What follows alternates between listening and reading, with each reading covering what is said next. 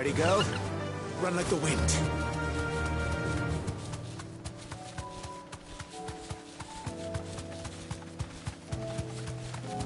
That's better.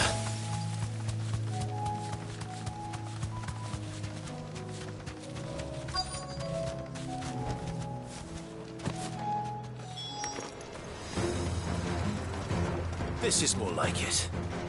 Come on, then. Test me.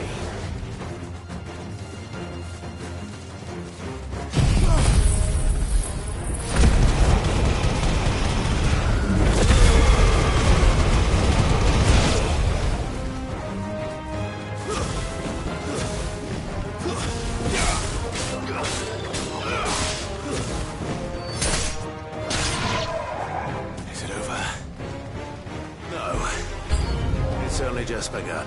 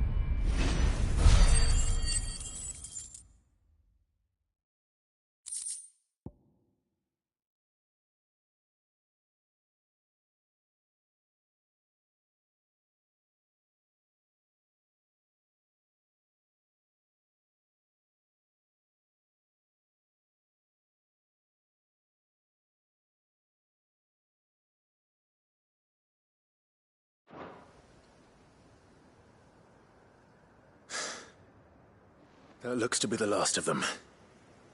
I wonder how the others fared. Better hurry back to town. Come on, Torgal.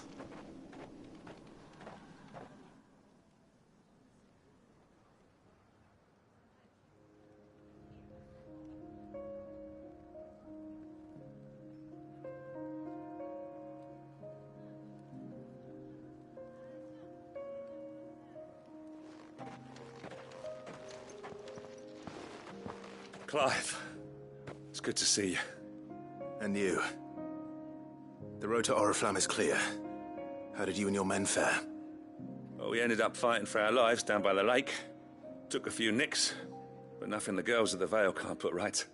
Glad to hear it. Well, it seems we've survived. For the time being, at least. I thank you both for answering the call. You were right. And I was wrong. About everything. I had thought that the only way to unite the people was under the banner of Empire. That without a strong hand to guide them, they would drift apart. To be borne hither and yon by the eddying currents of fate. But you brought them together. Not by force. nor by the exercise of goddess-given authority, but by simply being one of them. By knowing what they feel, because you feel it yourself. Our purpose was ever the same, Your Eminence. You were merely distracted by a loftier vision of empire and glory, while our eyes beheld matters closer to home. You have the right of it again, as did you, Sabine. His radiance said it himself. Sanbreque is naught without her citizens. I forgot that, and I am sorry. I'm sorry too, Father. I should never have taken things so far. I only wanted you to understand how the people felt. How I felt. But my anger got the better of me. Do not blame yourself, my dear. This was my doing. I should have listened to you. To all of you. Your Eminence, your ladyship, I do not doubt that you came here with the best of intentions. But I believe the same could be said of us all. We all want safety, security, prosperity. Not just for Northreach, but for the entire realm. And we may yet achieve it. If only we work together. Will you join us in this? Yes. We shall. Thank you, Your Eminence. Now that that is settled, I must go and see to the wounded. The Vale's doors are always open to any soldier in need of relief. And today there are more than ever before.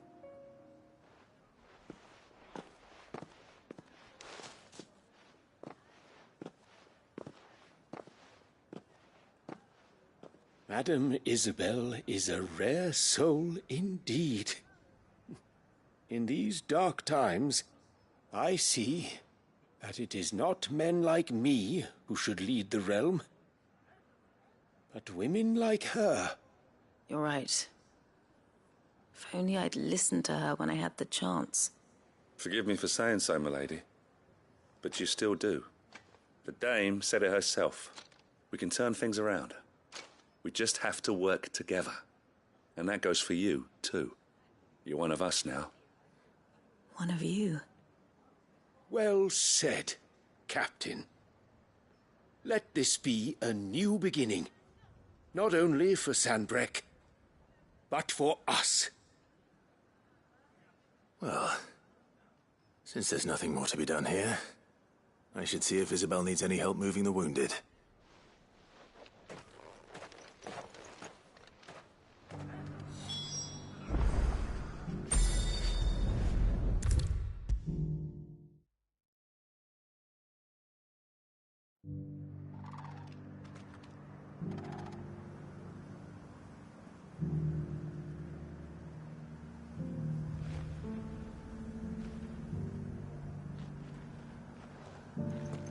How goes the treatment of the wounded? I'd be happy to man one end of a stretcher if it would help. You've helped quite enough for one day, Clive. Thank you. Don't mention it. Oh, but I must. After all you've done for this town, it is the very least you deserve. Tell me, if Northreach had fallen, what would you have done?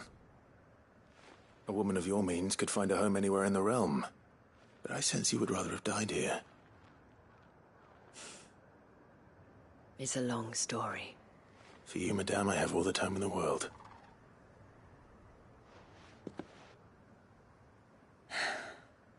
Very well. Long ago, I had a life in the Crystalline Dominion. I was Carla then, courtesan to the nobility. So sought after was I that it was only they who could afford my time. Alas, those halcyon days were not to last. For naive as I was, I fell in love with a bearer. He was my master's guard, the gentlest man I have ever known. After they discovered us together, he was whipped bloody and forbidden from ever looking at me again. And so we fled. Not that we had anywhere to flee to. We wandered, aimless and starving, half dreading, half praying that the next day would be our last. Until we found ourselves here, in Northreach. It was the Veil that took us in, that fed us, clothed us, and healed our hurts. Those that could be healed, at least. My love was already too far gone. He passed away. He did. Not long after we arrived. But at least we were able to share a few moments of peace before the end. It was the greatest gift I have ever received. But the generosity of this town and her people did not end there. The men and women of the Vale supported me through my grief. Shared in it, though I was still a stranger to them. They treated me like a sister. And so I swore that I would always do the same. That I would return the kindness that Northreach showed me. That I would repay my debt to the Vale.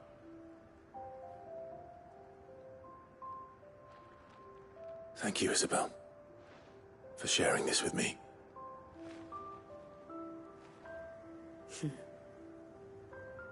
You're a lot like him, you know.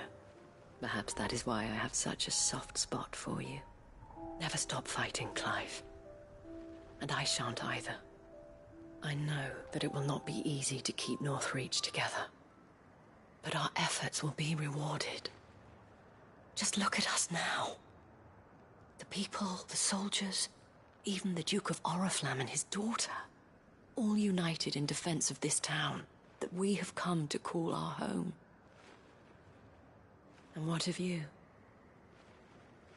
Can we count on your support too? Always.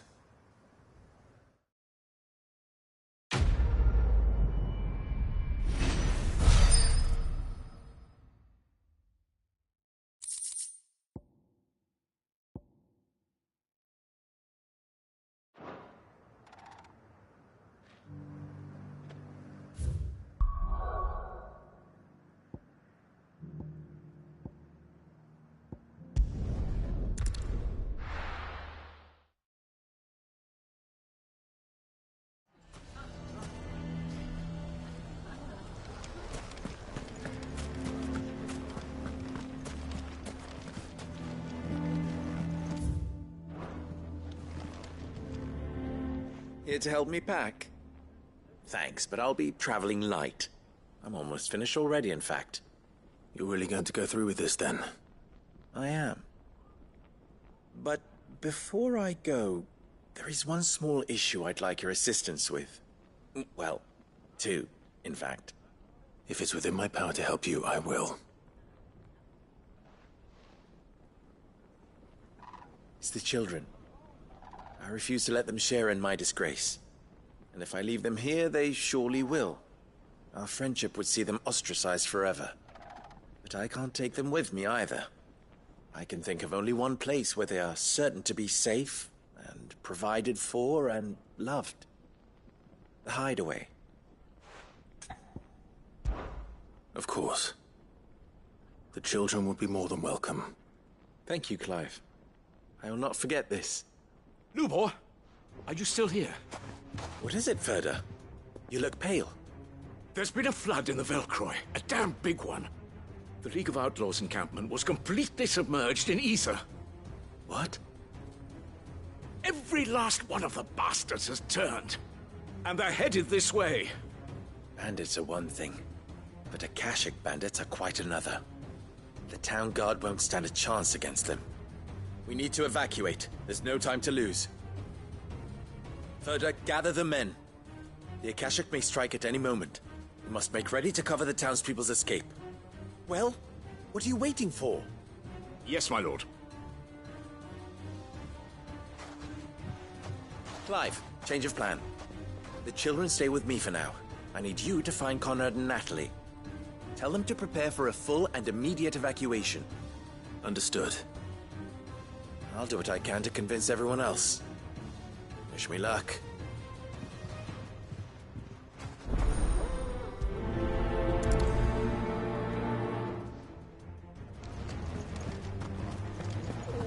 You have to listen to me. They're coming. Why do they always have to make such a fuss outside? It's driving away our customers. How long do we have until these Akashic arrive, do you think? There are no Akashic. He's just trying to scare us.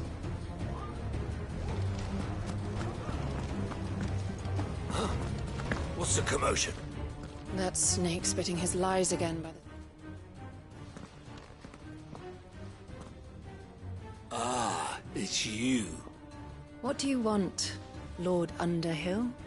To pass on an important message. There's been an ether flood out in the Velcroy. The camp where the so-called League of Outlaws were gathering has been swallowed. They're no longer just bandits. They're Akashic now, and they could be here at any moment. You need to begin preparing for a full-scale evacuation right away. Oh, do we? And who was it who gave you this disturbing news, might I ask? Lubor, perhaps? The man spreading the same poison out in the square as we speak. You may believe his lies, my lord, but we know better. But why would he lie about something like this? Some twisted attempt at revenge, perhaps. If he had not been unmasked, he may well have been elected our leader. A great honor for one of his kind. One he might well feel aggrieved at having been denied. Lord Underhill, forgive me, but it has become all too evident where your sympathies lie. Lubor cannot be trusted, and neither, therefore, can you. You may not trust me, but for the sake of your people, ask yourselves if there is any chance that this is true. There isn't. You can be certain of that. Now be off with you. You're making a mistake. It's no use. They're not going to listen to me. We'll just have to do what we can without them. I should speak to Lord Furder. I think we'd better shut up. What's Lubor raving about now?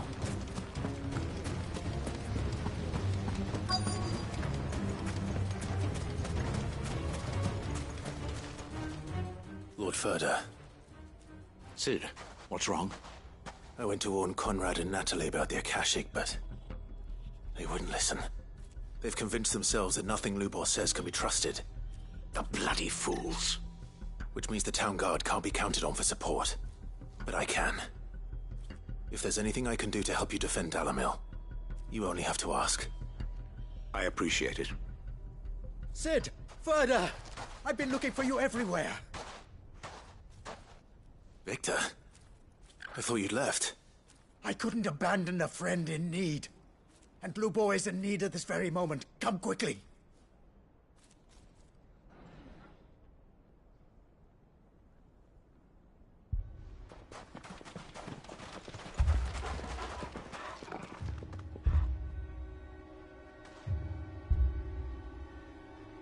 You have to believe me. The Akashic are coming. They don't eat, they don't sleep, they don't tire, and they don't care who they kill. They're unlike anything that's come before. There won't be no parley, no mercy granted. We may have saved the town once, but this is different. I do not ask that you forgive me, but please believe me. If you do not run, you will die. You will all fucking die!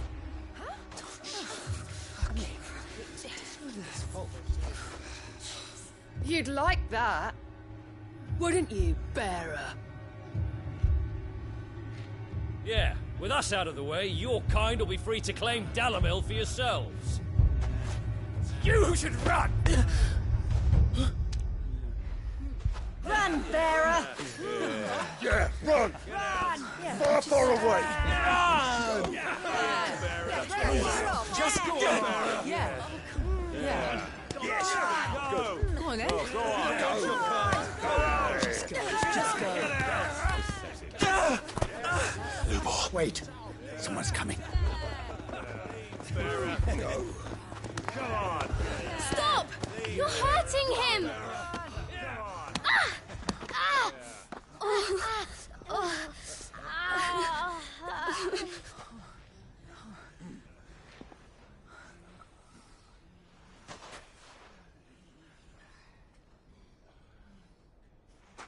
What did Lubor ever do to you?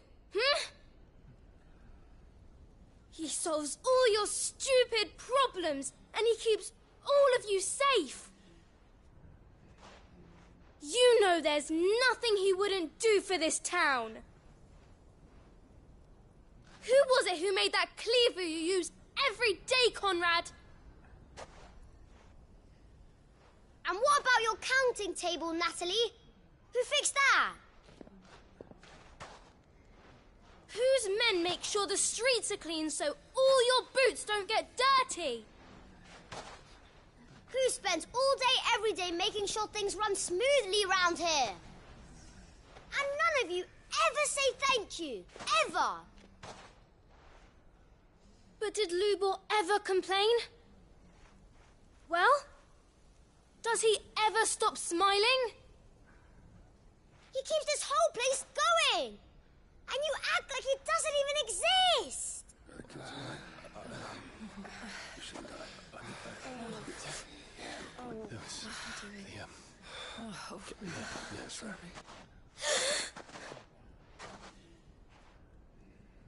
Lubor, we've heard enough. Wait! We will not run. The town guard will not abandon the very place it is sworn to protect.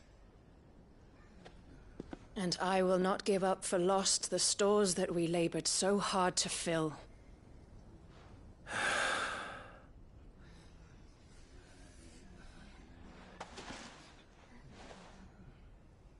So tell us, how do you propose we deal with these Akashic of yours?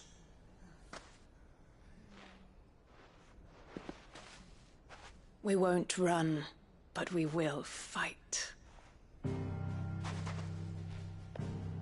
All right, then.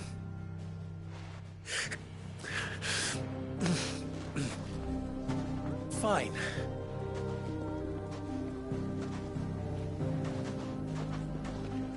Gather round if you don't want to die.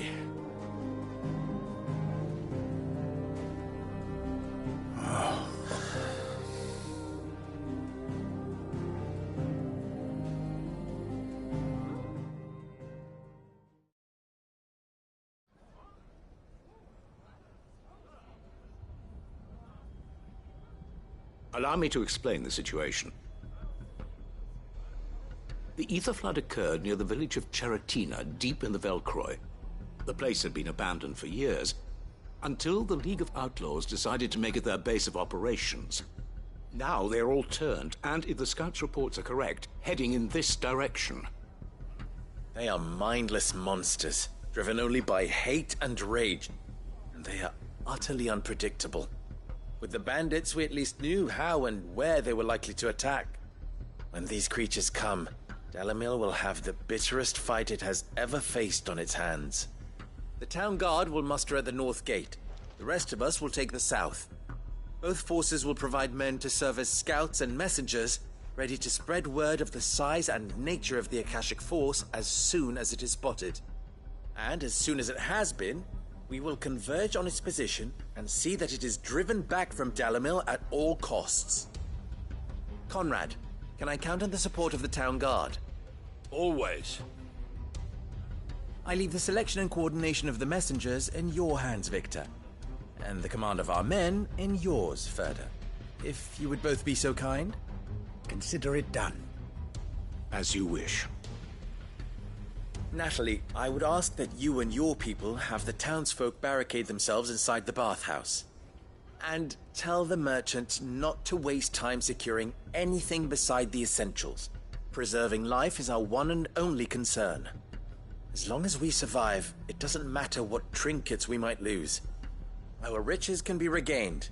And if anyone doubts that, let it be known that the Briar's Kiss stands ready to cover any losses. Very well. I shall tell them. Where do I fit into this plan? Where else but the most perilous place of all? I would like you to travel to the home of our erstwhile League of Outlaws, Cheratina itself. The main host is most likely still there, and Dalimil will not be safe until it is eradicated, root and branch. A little gardening. How pleasant. I doubt it. I have a feeling these weeds will be particularly stubborn. Luckily, so am I. So you are. All right then, we all know what we have to do. Now it's simply a matter of doing it.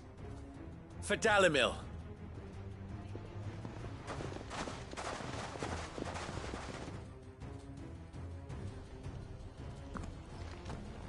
Looks like everyone's ready. I'd better not keep them waiting.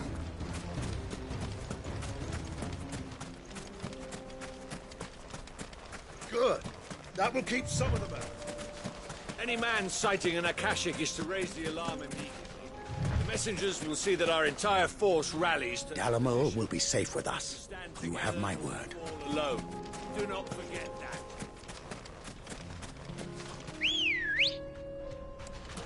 Ready, go? Fly, Ambrosia.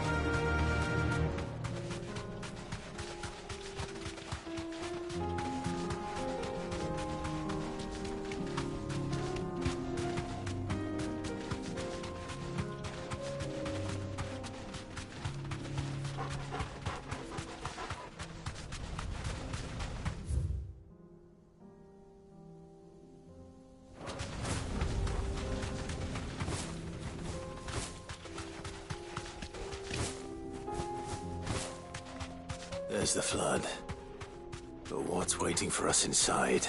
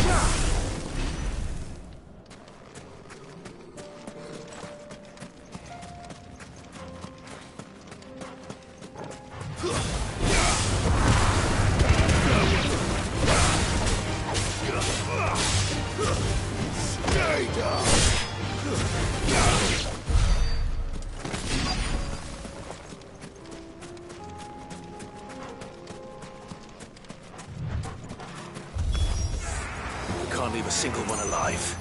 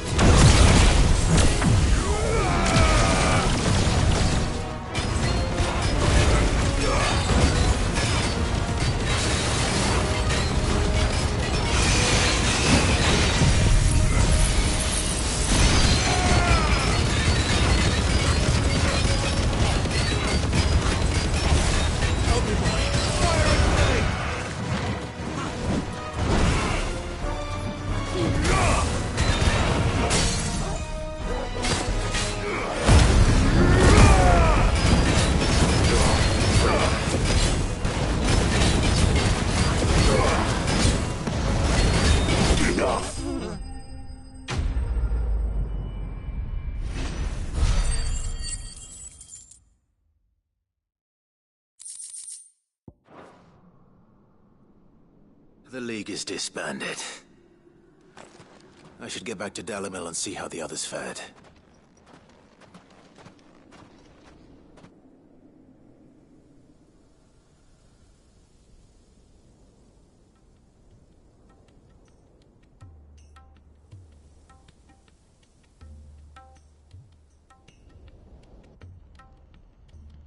All the Akashic we were able to find have been dealt with.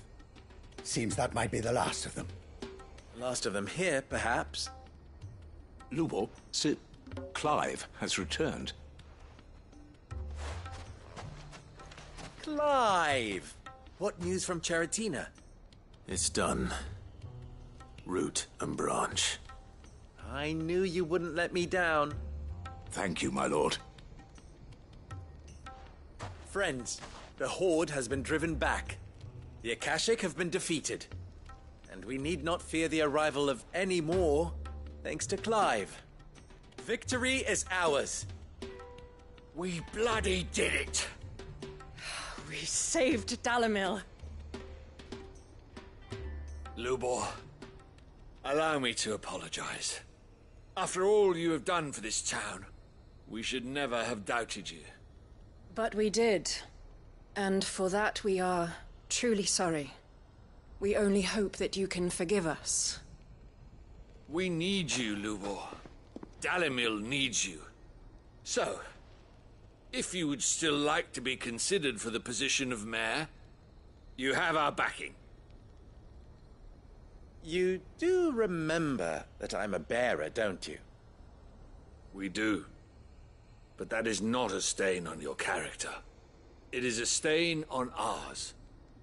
We thought only of what we perceived bearers to be, not what you truly are. The man who saved Dalimil twice over. I see. But I will only accept your proposal on 2 conditions. Name them. Firstly,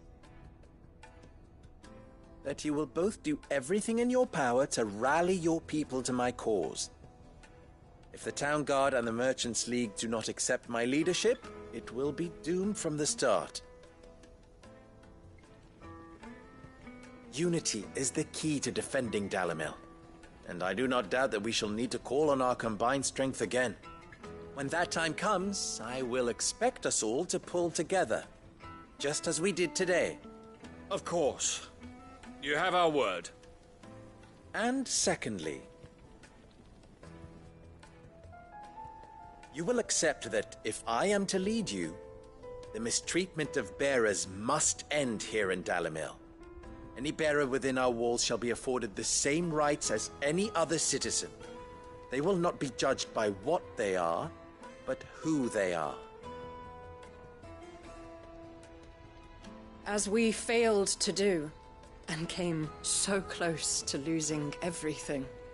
We agree to your conditions. And we have only one in return. That you continue to work for the good of Dalimil, as you always have. Condition accepted. Well then, it seems my mayorship is all but confirmed. Do I get some sort of special hat?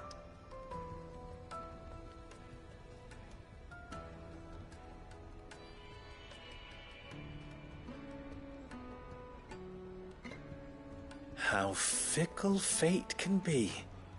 Not so long ago, I had resigned myself to leaving Dalimil in disgrace. And now, I find myself her leader. Here. For everything.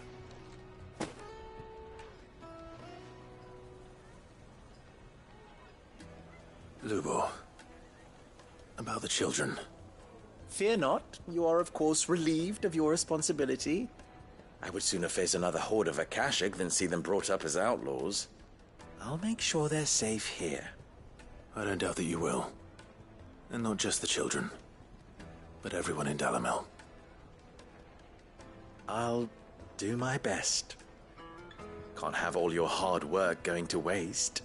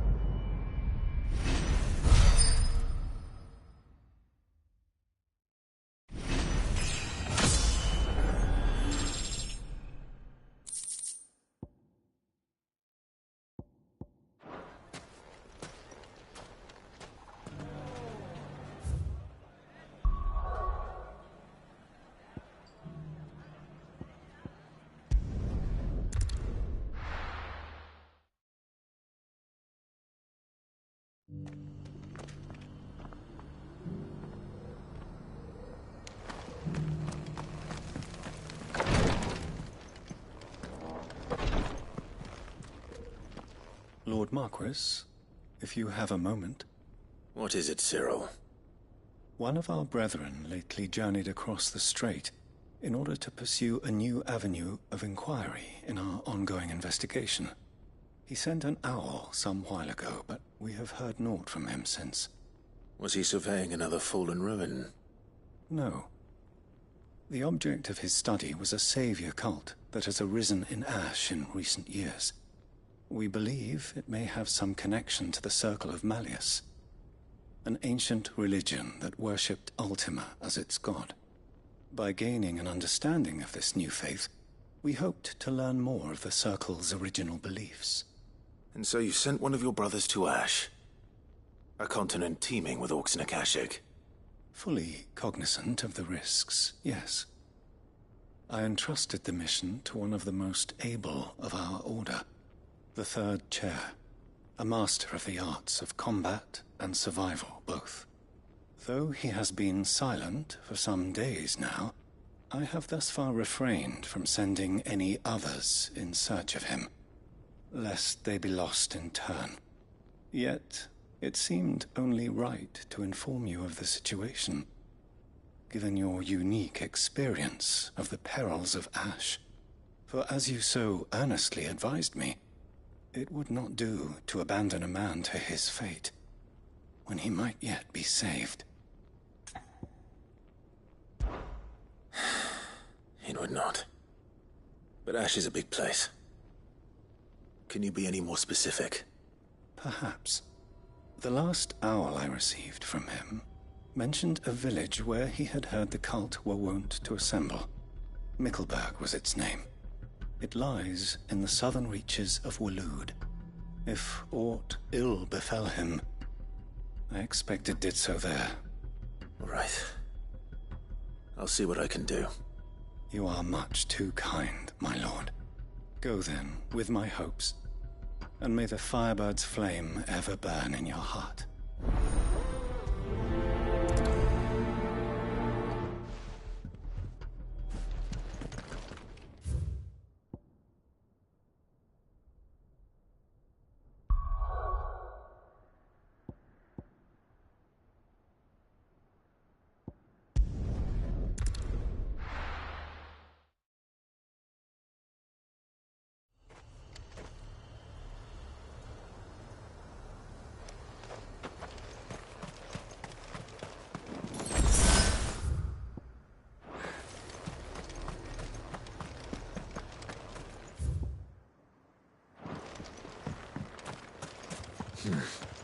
Not here.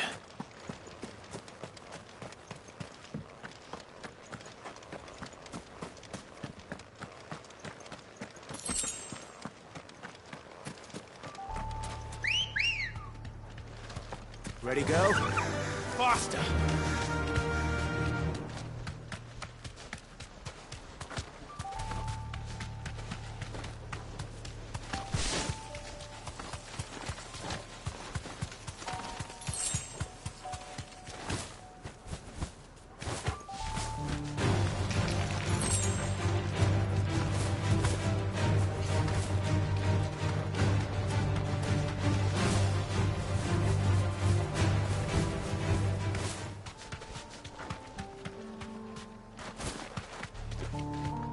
This must be Mickleburg. Thanks, Gal.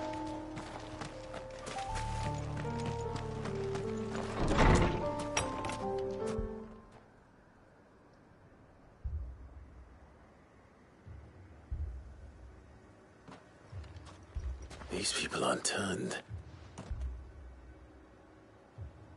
And the village seems safe enough at least.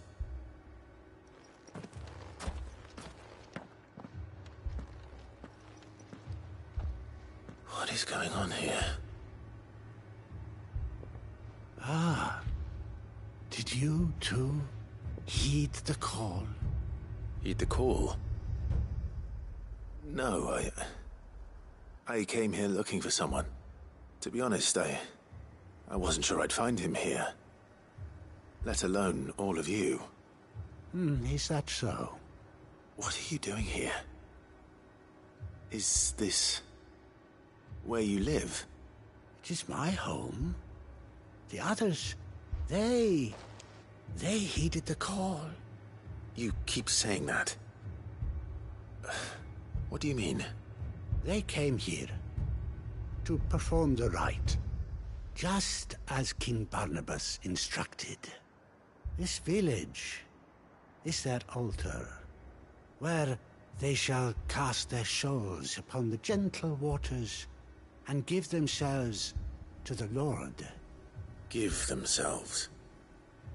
Oh, Lord, cleanse us of our sins. Let us be reborn in your loving arms. Free us from the torment of this mortal realm. They want to be saved. Forgive me, but did another foreigner like me come here? He was probably wearing a cowl. You mean the traveler from Storm? Yes. He's staying at my house, toward the rear of the village. Thank you. If you don't mind, I'll go and greet him. They seek the same salvation Barnabas did. At least the third chair is still alive. Let's go and find him.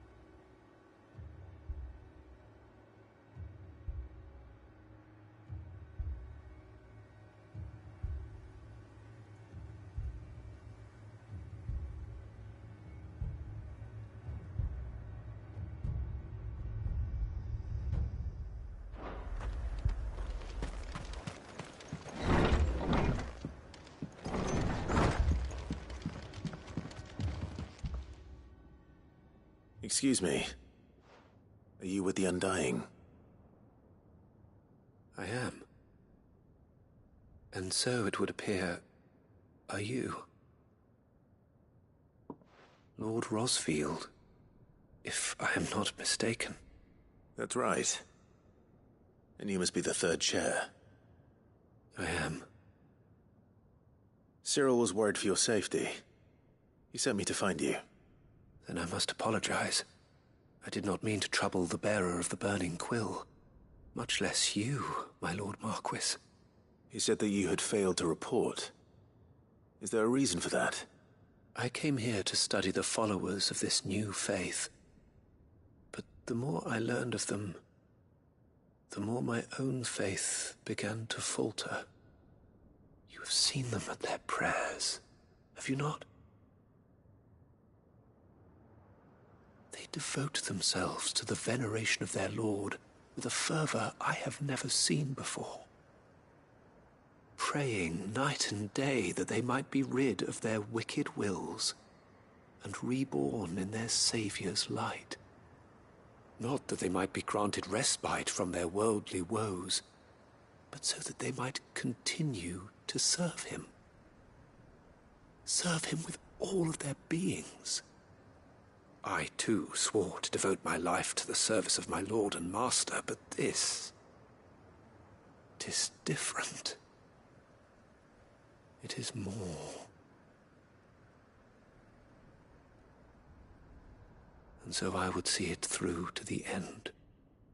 See these people safe, that they might achieve their dream. That they might do their duty to their Lord. Even if it should keep me from doing my duty to mine. You do understand what their dream is, don't you? I do, my lord. They would cast aside their wills and become Akashic.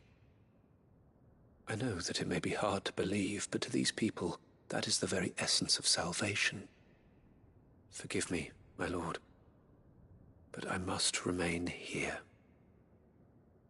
If you are to return to Master Cyril, I would consider it a great...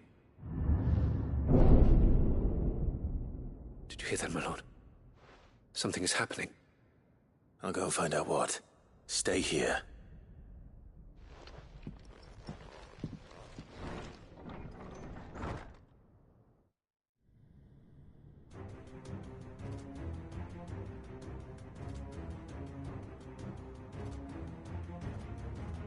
Beneath the flood. Oh no. There must be something I can do.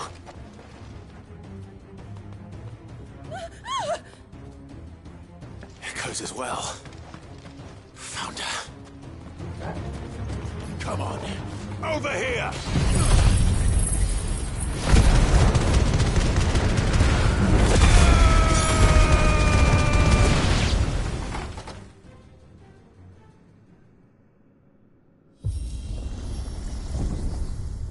What now?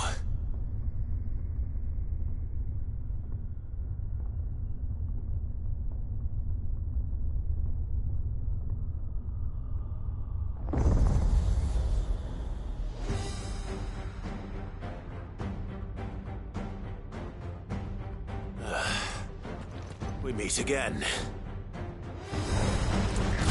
I've killed your kind before.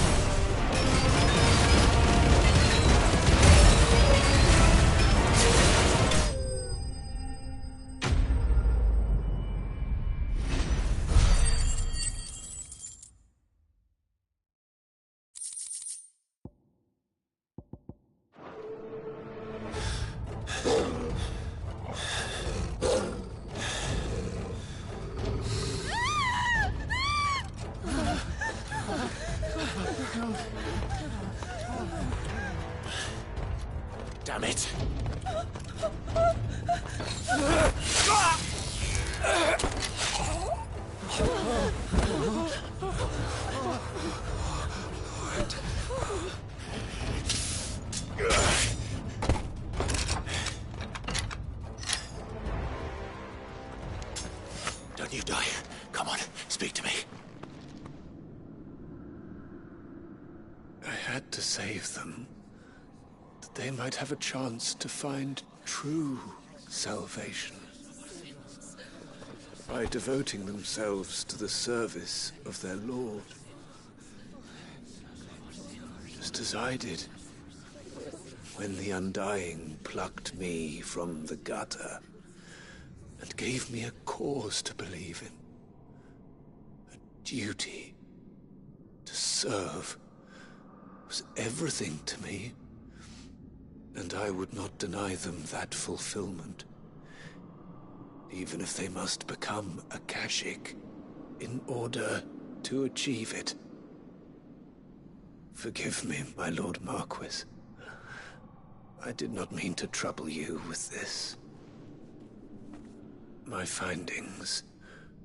Could you deliver them to Master Cyril for me? Of course. Your duty will be done.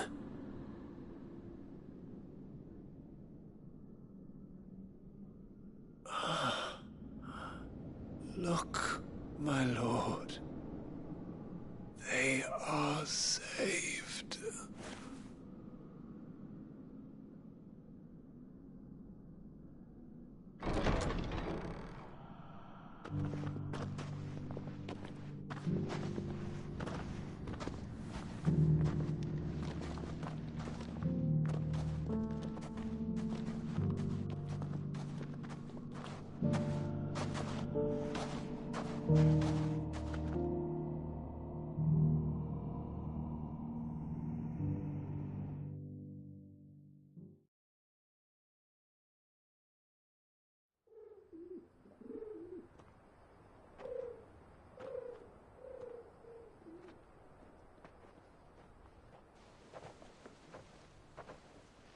They are saved.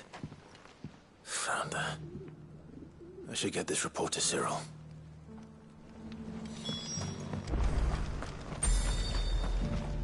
Welcome, welcome.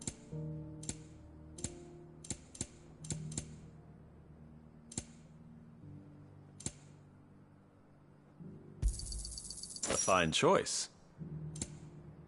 Come again.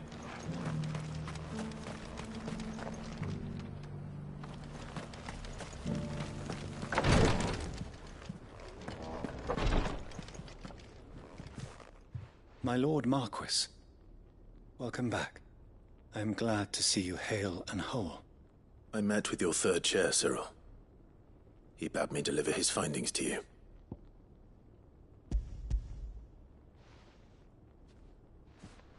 Thank you, my lord. He remained in Ash? He died protecting the villagers from an echo. I buried him in Mickelberg. I'm sorry that I couldn't save him. If you could not save him, no one could. The villagers, they were believers in this savior cult. They prayed to their god that they might be unburdened of their wills. Then an ether flood came, and their wish was granted. Your brother sacrificed himself that they might live, even knowing that that life was death by another name. Then he perished defending liberty. A hero's end. For the right to choose how one dies is no less sacred than the right to choose how one lives. Sid would agree.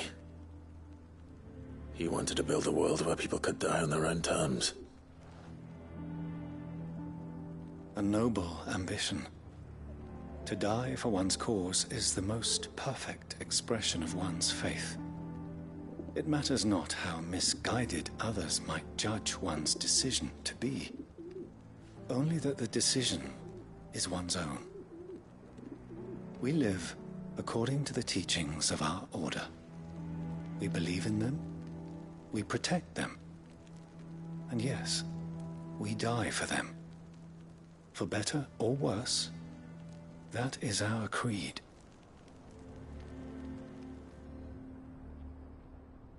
But he didn't die for your creed. He died to save them. And you still believe that what he did was right?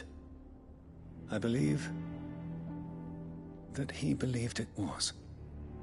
We of the Undying are not slaves, but willing servants. And this was his will, the ultimate expression of it. All right.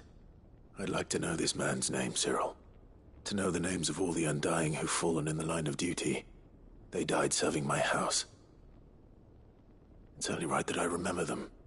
That is my duty. Of course. I shall fetch the Book of Martyrs at once.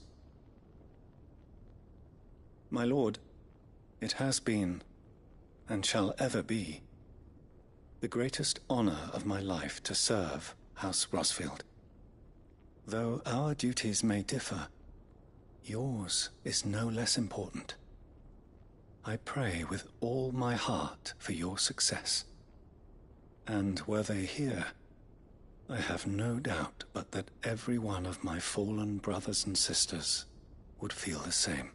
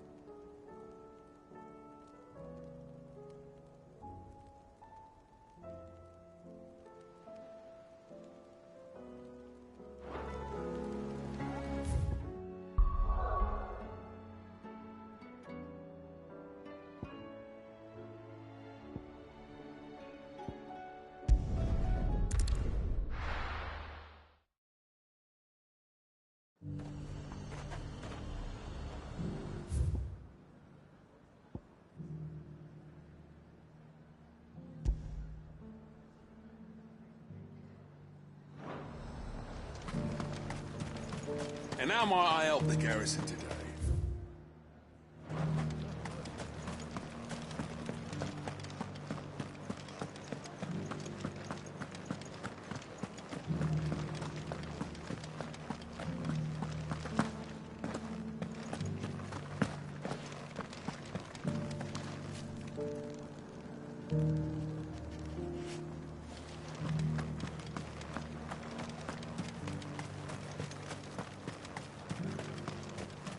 Those things didn't fight like men.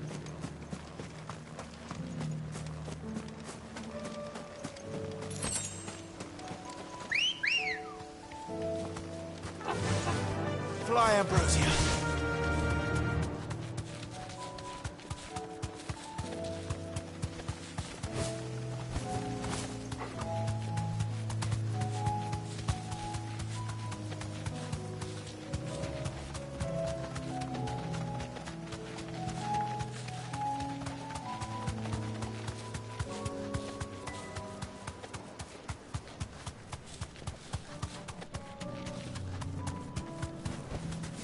Be safe.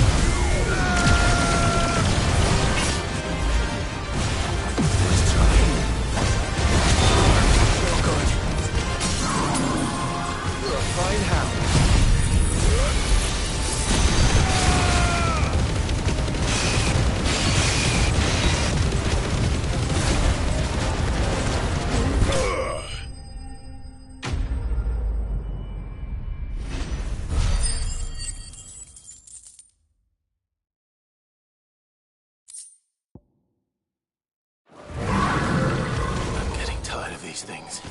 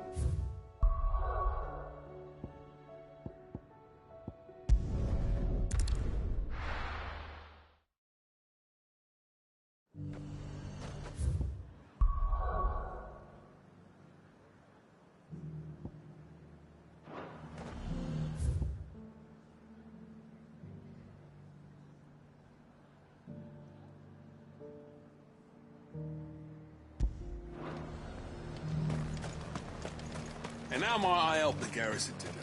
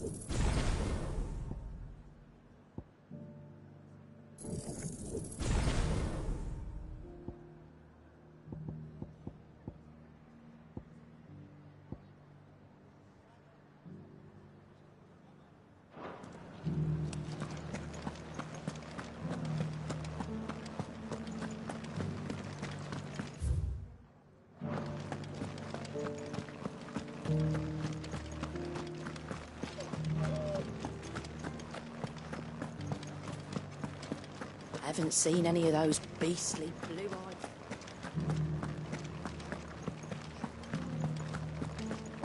Do be careful. I will.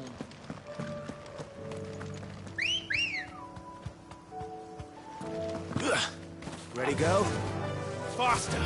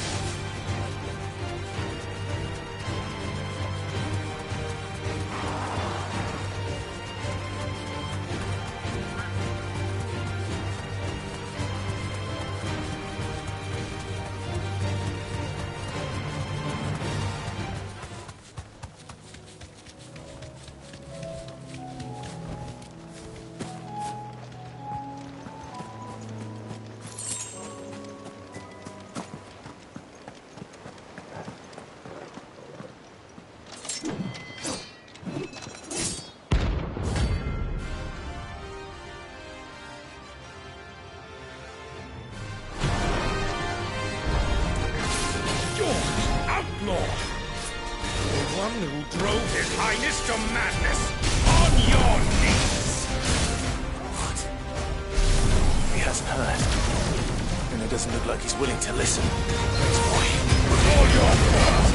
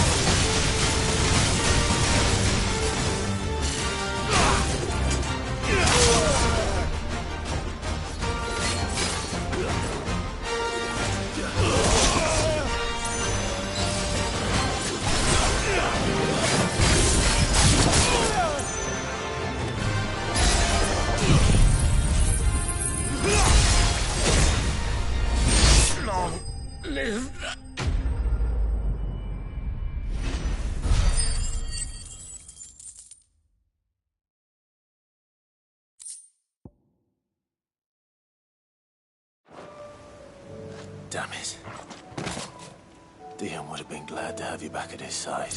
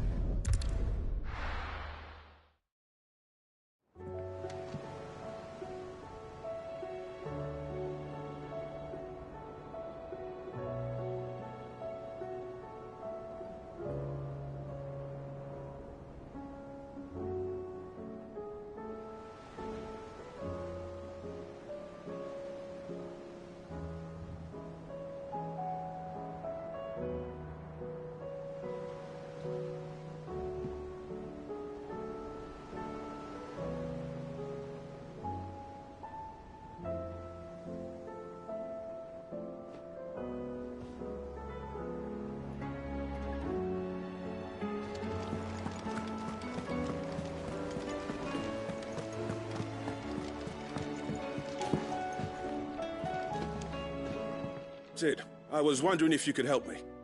It depends what with. A bearer, but recently freed from his bonds, is keen to join the Curse Breakers. As you know, the work we do is not easy, which is why we test every volunteer's suitability. I was hoping you could oversee this one's evaluation. I don't mind, but why this one?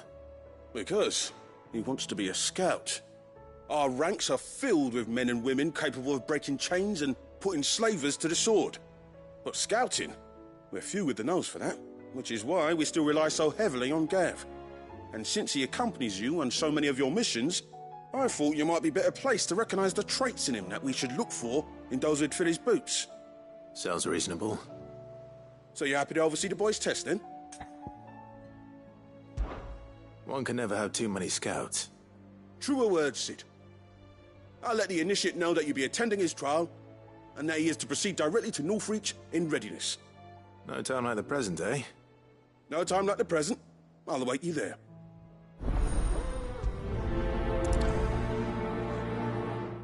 Northreach. I don't suppose they could have chosen somewhere closer.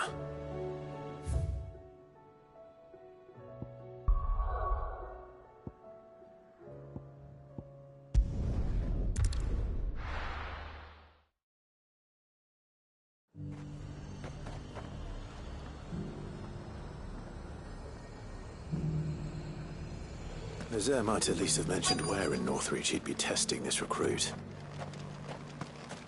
I'm nervous. Is it alright to be nervous? Well met, Sid. This is the initiate. Ember, present yourself. At your service, Master. Please, just Sid. There are no masters here. Your life is your own. Oh, of course. Thank you, Sid. The sergeant says you'll be evaluating me at my trial. To become a scout, yes. You are aware of the dangers inherent in that role. I am. But I swore I'd face them. Just like the man who saved my life. And who would that be? Gav. It was him who found me and freed me. No magic, no support, just one man and his nose. Came and sniffed me out. It taught me what one man can do if he puts his mind to it. And I've been training ever since, so that one day I can be someone's saviour, just like Gav was mine. I'm sure he'd be flattered. You clearly have good intentions, Ember. And it sounds like you're under no illusions. Stick to this path and you'll make a fine Cursebreaker. So, what? Have I passed? You haven't even started yet. Now listen.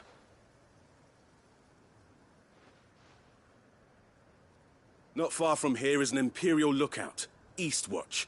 The guards there record all their sightings in a logbook. You are to find it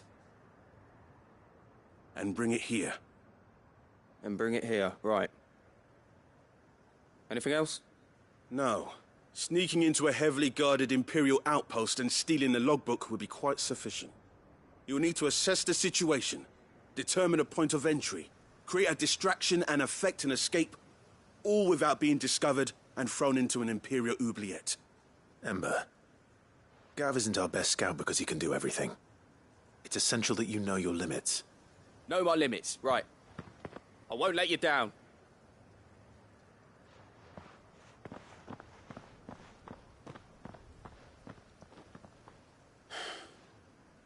It shouldn't be as dangerous as I made out. But keep a weather eye on him all the same, would you? On my way.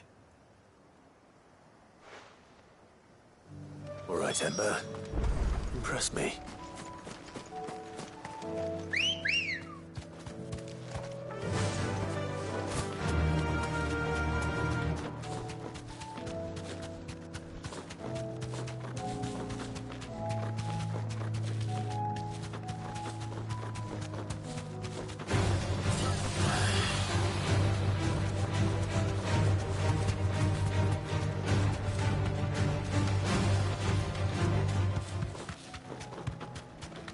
These are clean kills. Perhaps young Ember really is ready. Or maybe not.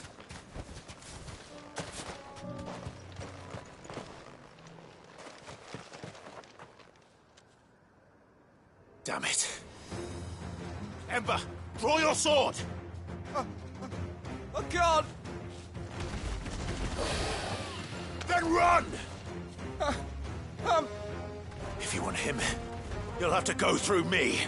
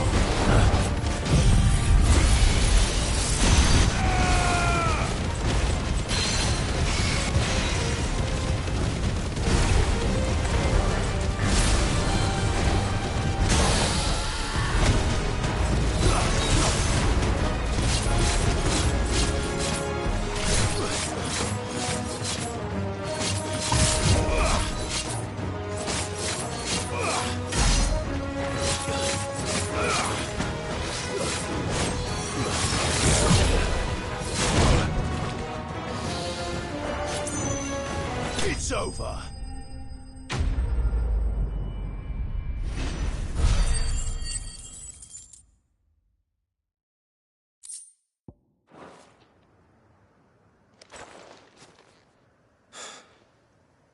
Ember, are you...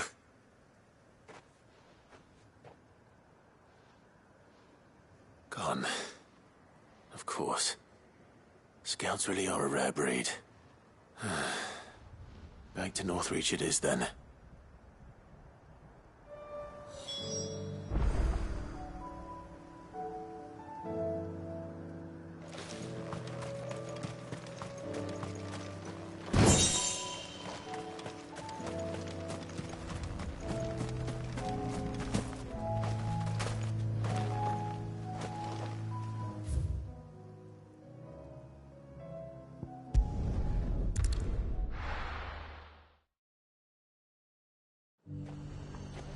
The garrison said they'd take another 100 of me pitch pots. Those whites will think twice before attacking us again.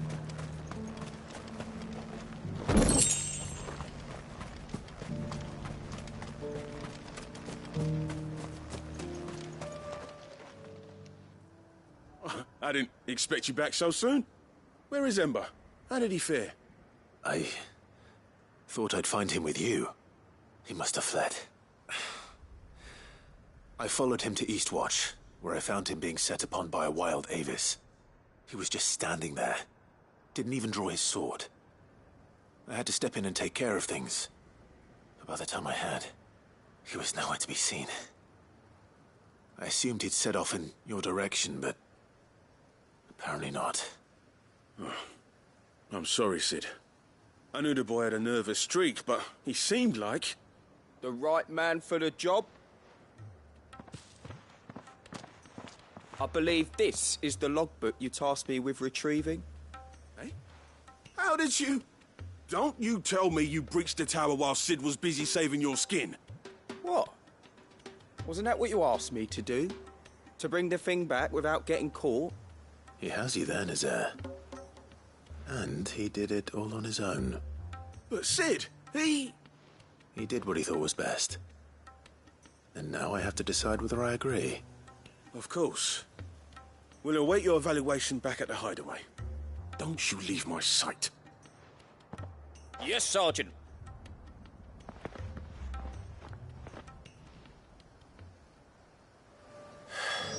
This won't be an easy decision.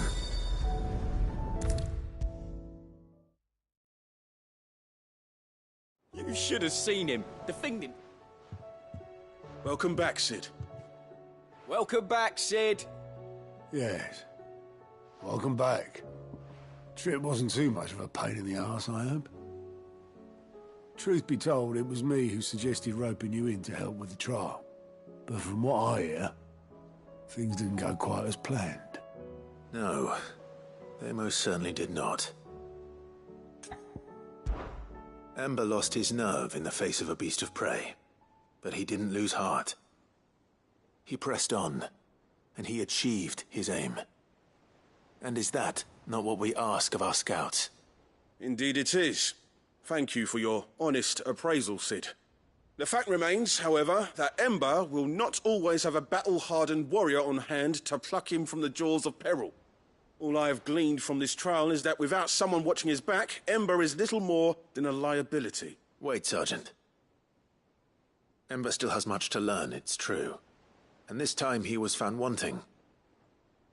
But I'd say he's due a second chance, nonetheless. After all, he did do as you asked. With a bit of hard work, any hand can be made to hold a blade, and any mind can conquer its fears. But a scout's nose is different. You've either got one, or you ain't. And by sniffing out that log, young Ember here has shown he has a conk and a half. Wouldn't do to waste it now, would it? Fine. One more chance. I'll do whatever you ask. I'll spend my days and nights in the pit if I have to. I'll show you. Just you wait. Daft as a brush, that one. But his heart's in the right place. Just like someone else we know. And if you ask me, we've been leaning on him for far too long. That time the curse breakers took some of the weight off his shoulders, I reckon. It couldn't hurt. Just don't tell Gav I said so, will you? I won't have him thinking he's been hard done by. Next thing you know, he'll be asking for a day off. Chance would be a fine thing. Back to work. Forgive me, Sid. This did not play out as I expected. Things really do these days. But that's why we need men like Ember more than ever. Men who can make the best out of a bad situation. Remember that. I will, Sid. Thank you.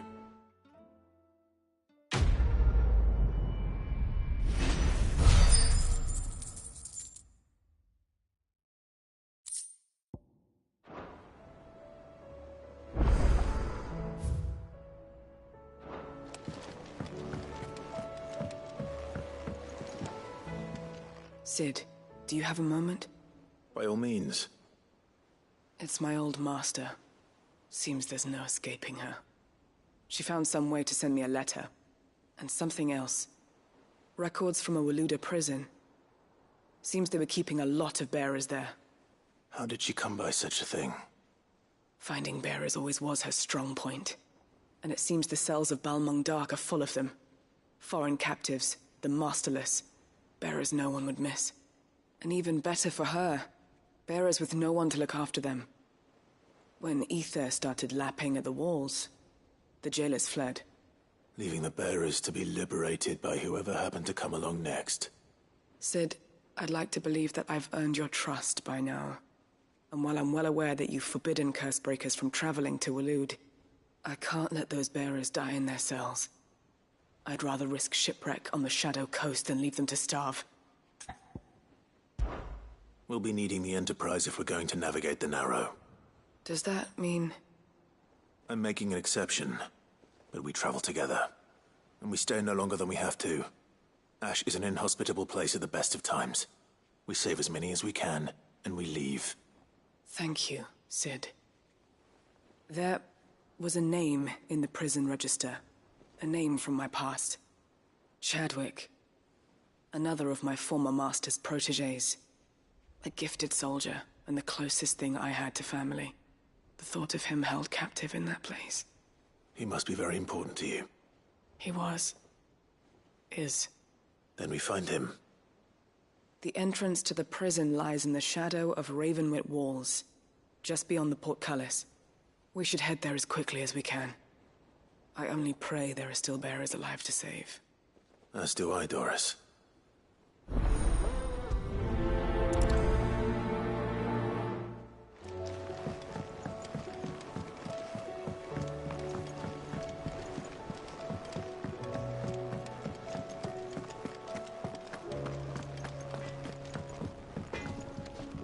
Trouble with your gear, or something falling, dear?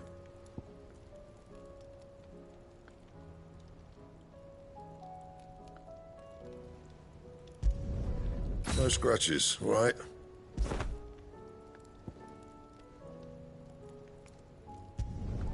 Should last you a good while. No scratches, all right?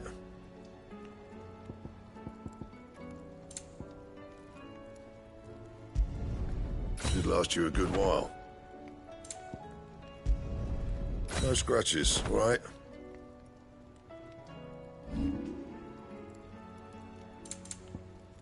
And?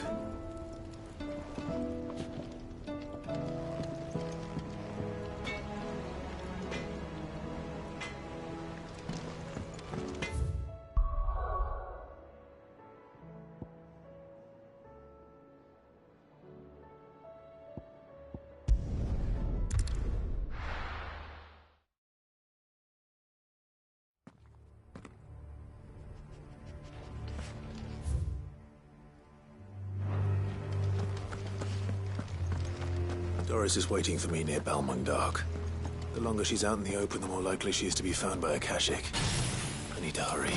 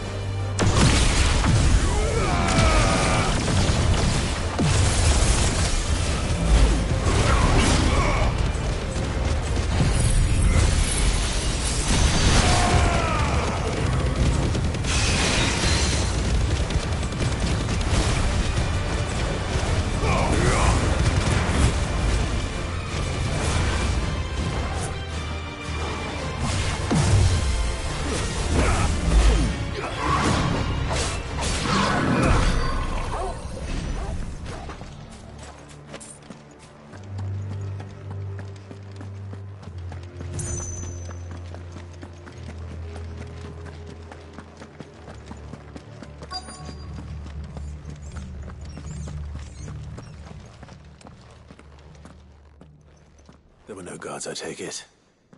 None manning the gates, no. It's a different story inside, though. The corridors are crawling with Akashic. Most likely guards left behind when the Wardens ran. If Chadwick was being held here, I worry that he may already be. Don't give up hope just yet, but let's move quickly. Let me check the ground floor. The ether stick is there. Then I'll search the upper level. Good luck, Sid. Stay safe.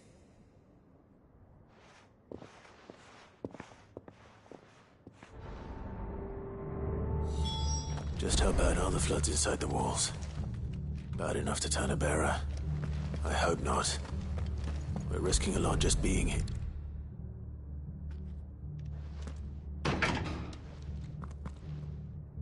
Locked up tight.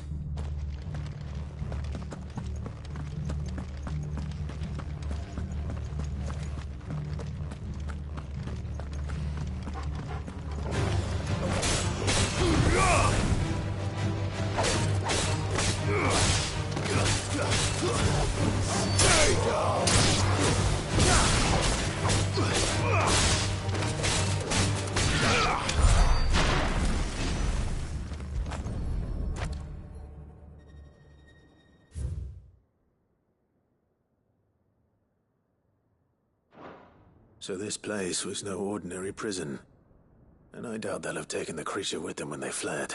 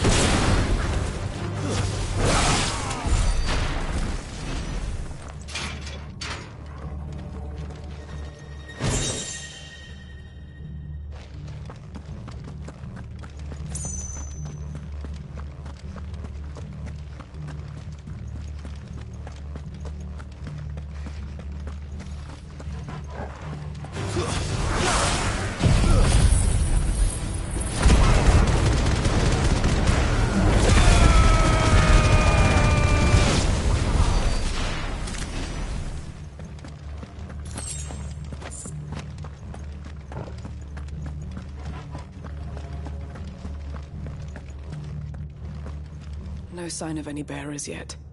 I hope you have better luck downstairs.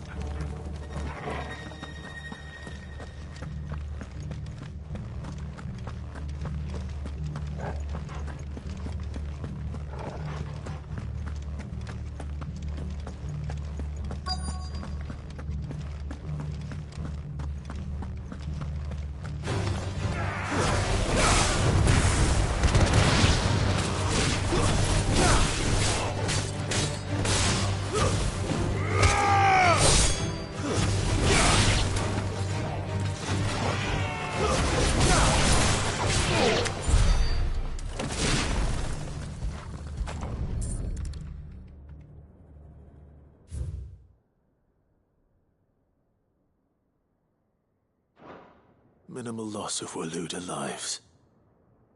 And what happens when they run out of bearers? Even the Imperials take better care of their branded than that.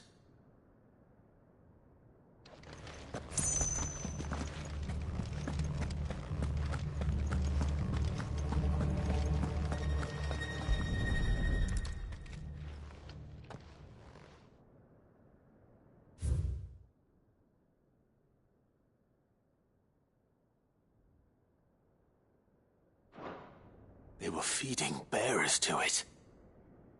This is even worse than I'd feared. Nothing but Akashic down here. Hopefully things are looking better upstairs. I should go and see how Doris is getting on.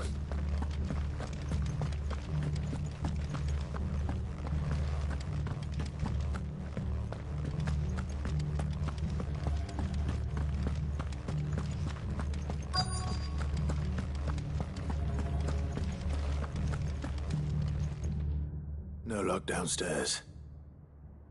But But I did find out that this place was more than just a prison. Something far more sinister was happening here. I know. I've been reading some of these documents and... it can't be true, can it? Bearers die every day in service of their masters, but this is so much worse. Pitting bearers against a wild beast armed with nothing but their wits? And all in order to bring about more death. And not just those who could fight, but the elderly, children even. And those who wouldn't or couldn't were disposed of. Whatever that means. I'm afraid it means they were fed to the monstrosity they kept here. Then we're too late. And I was a fool to bring you here. Don't say that. Did you find anything else? A key. But it doesn't fit any of the locks on this floor. Perhaps it will fit one of the doors downstairs. There's a corridor I haven't searched yet. Finish up here, then come and find me when you're ready. All right. I'll be there in a moment.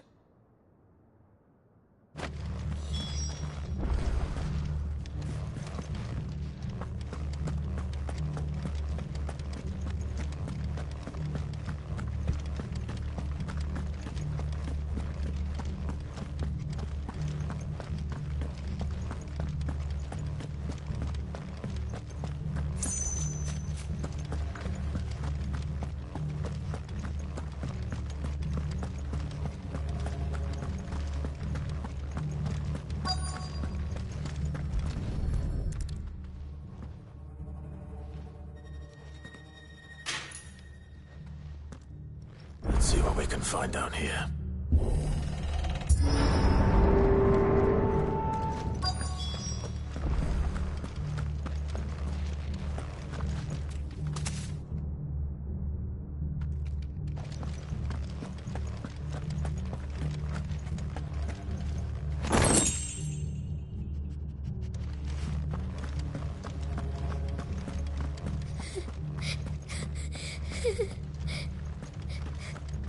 Survivor. And she sounds close.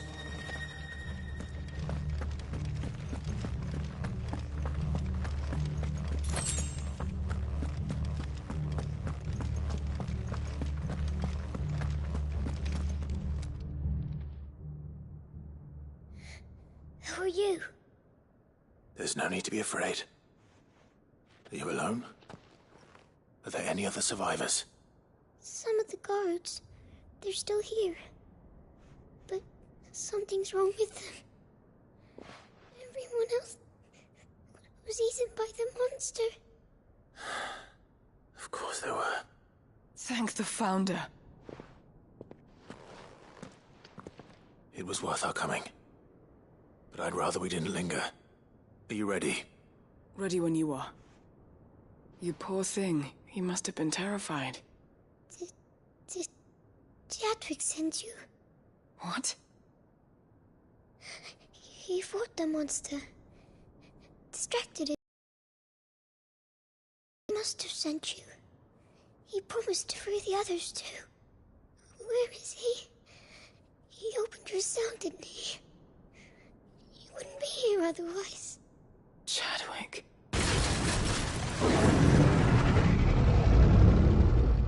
Was that? Monster's back! Chadwick, help! We have to get out of here. Doris, keep the girl safe. All right. You put that bearer-eating bastard in the ground.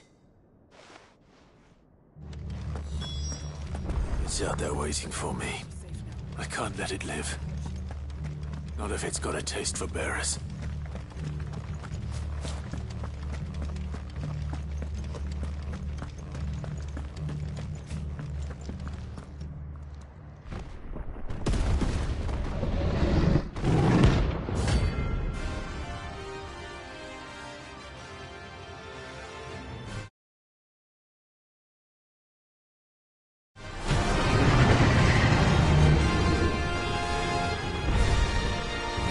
Will wreak havoc if it ever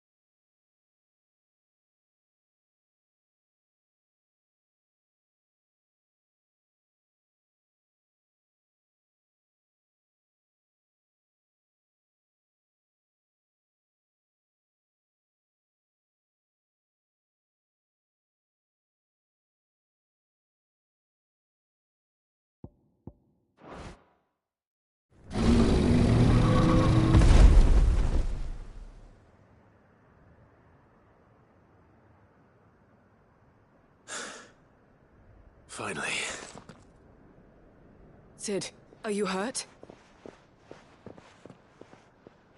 I'm fine. I think.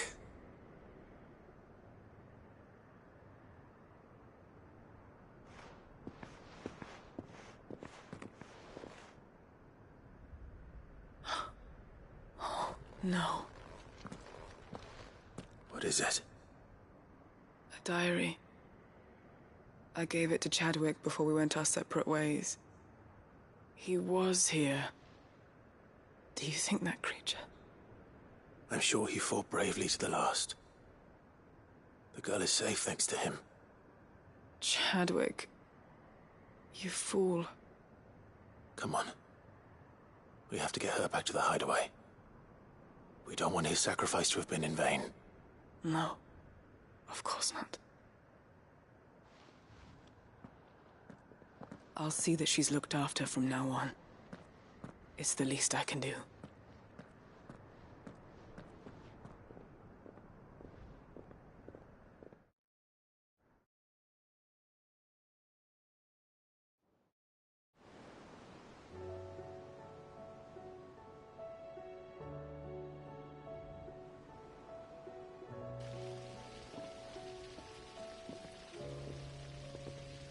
From what I hear, you've barely left the girl's side in days.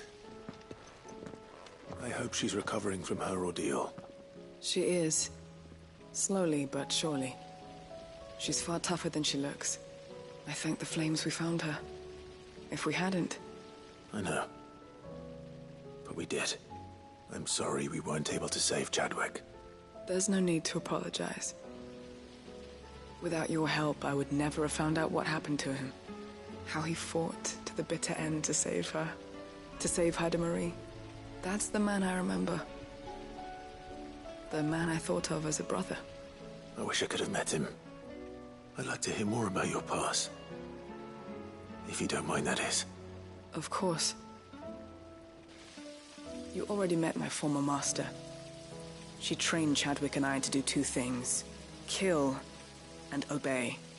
We were supposed to be sold to the highest bidder when the time came. But no bid was ever high enough to convince her to part with us.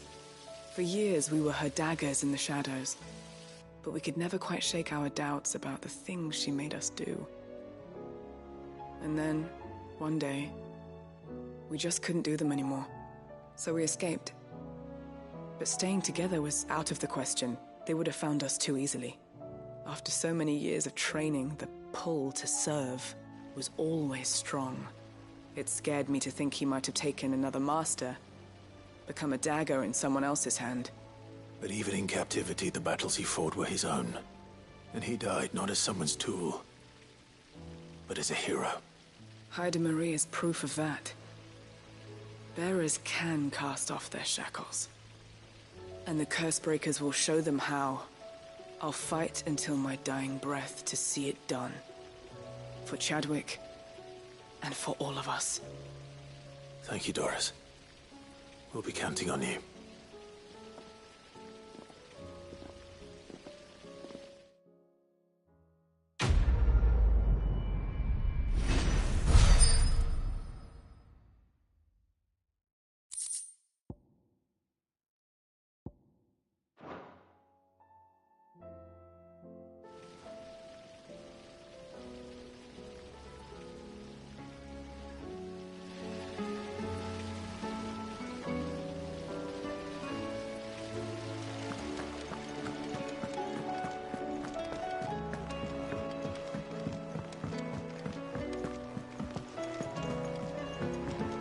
What do you think happened to Miss Mid?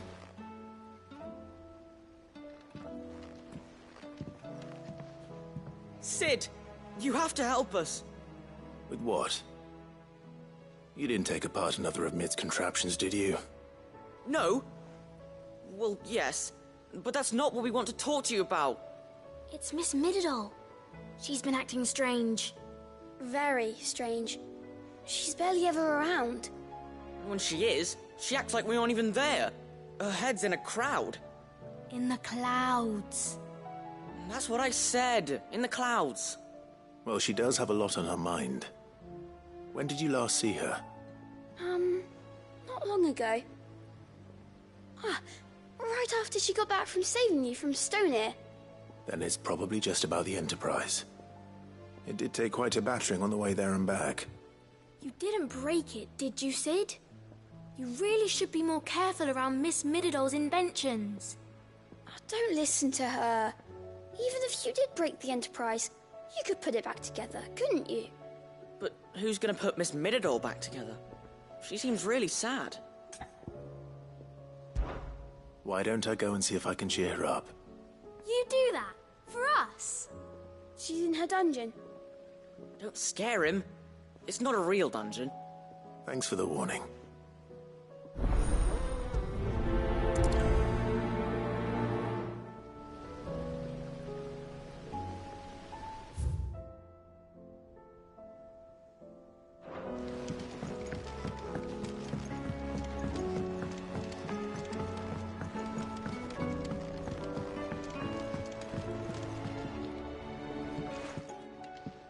Mid, if you have a... That's it! I knew it! The answer was right here under my arse all along! If this doesn't steer to the skies, nothing will! To the skies? You aren't trying to give the Enterprise wings, are you? What else would I be doing? The children seem to think you're avoiding them. They're worried about you. Is this really so important that you need to shut yourself away from everyone? The Enterprise is already the fastest ship in the realm, and that's with the sea beneath her. But what if she weren't bound to the waves? What if she weren't bound to anything at all? It's not fair. The gods get the skies all to themselves, so I'm gonna do something about it. The Fallen had their chance, but they relied too much on magic. And see where that got them? But not me. I've discovered how to do it without. Well, almost. First, I need to make a prototype. And is that a one-woman job? Are you volunteering? I'll have you know the Enterprise is my baby. But if a godfather's offering to lend a hand, I'd be happy to take it. First, I'll need oil, and not just some old drippings from Miss Molly's spits in the Tub and Crown. Refined stuff, like they make in Ordil. Then I'll need some bone, or shell. Light, strong, preferably no longer attached to the beast it belongs to. If it's beast bones you're after, I'm sure the Cursebreakers will know where you might find some. No, they'll know where you might find some. You're the one who offered to help, remember? I should speak with one of the Cursebreakers before I set off for Old Hill. See if I can't find this bone while I'm there as well. Has Mididol mentioned a new project yet? Not exactly.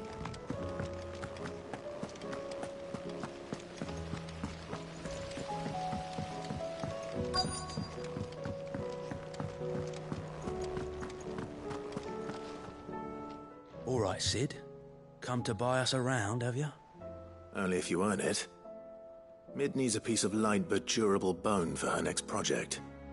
You've encountered your share of beasts on your travels across the realm. Any ideas? Most bones are the same. Whack 'em hard enough and they'll break.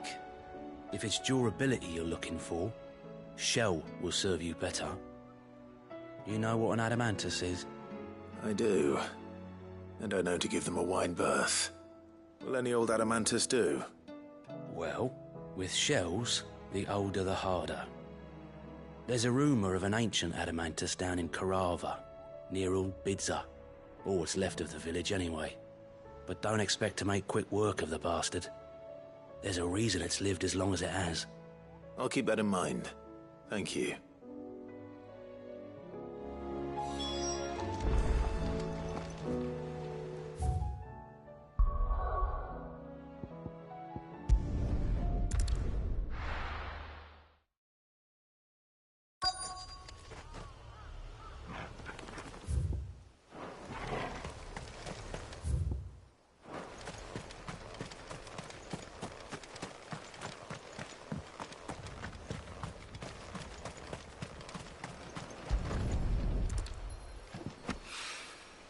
It's well. After what happened here, it's a miracle it was only after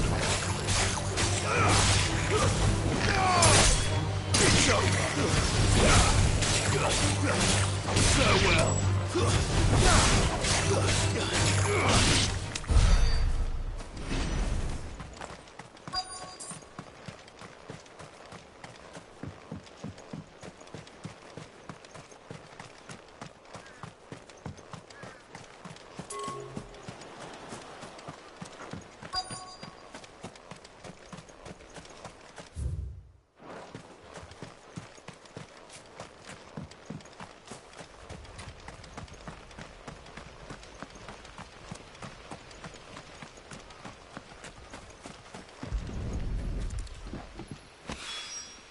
This should be enough.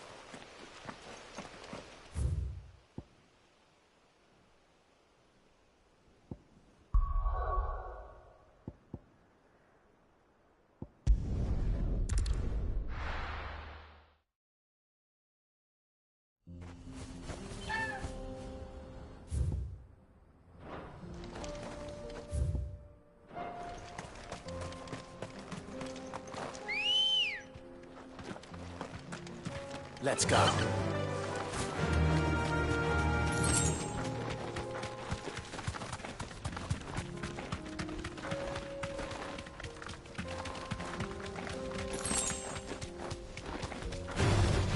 No mistakes. Here we are again. Carava. If you were a tortoise, Toggle, where would you hide?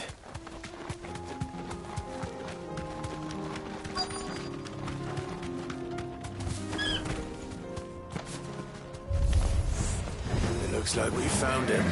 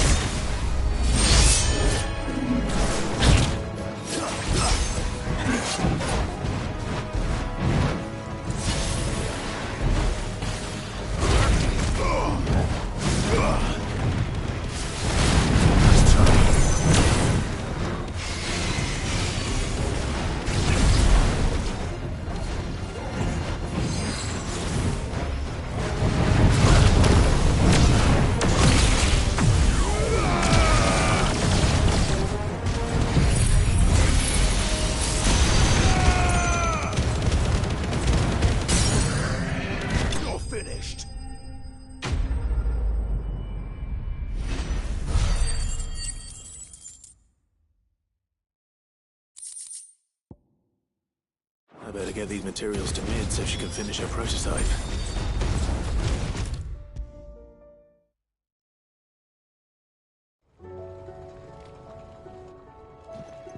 Mid? Tell me this is all you need.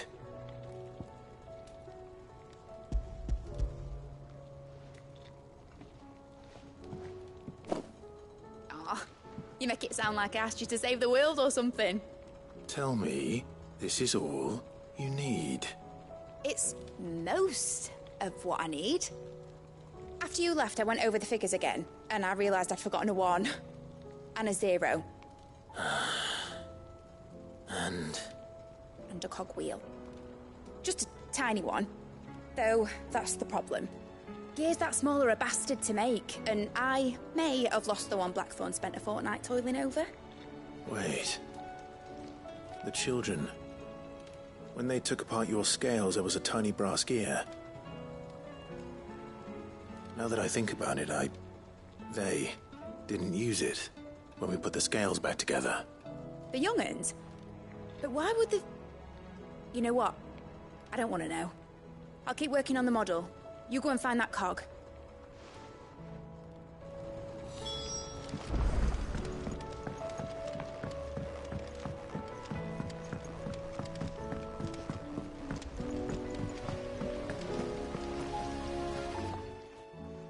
Sid! Is Mid still hiding from us? She wasn't hiding. She's fine. She's just busy working on her next project. A new invention? What is it? What is it? Is it an airship? I bet it's an airship! Do you think she'll let us help? That just so happens to be why I'm here. She needs something special, something only you three can provide. A brass gear. A tiny one. One that might fit on, say, a set of scales? Oh, the one you forgot!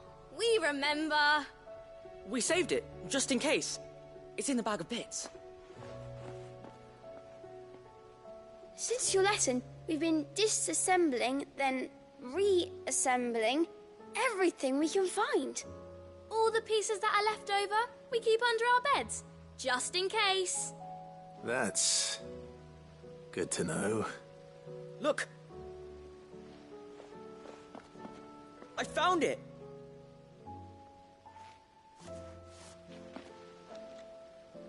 Is that all? Just the gear? We have more parts if...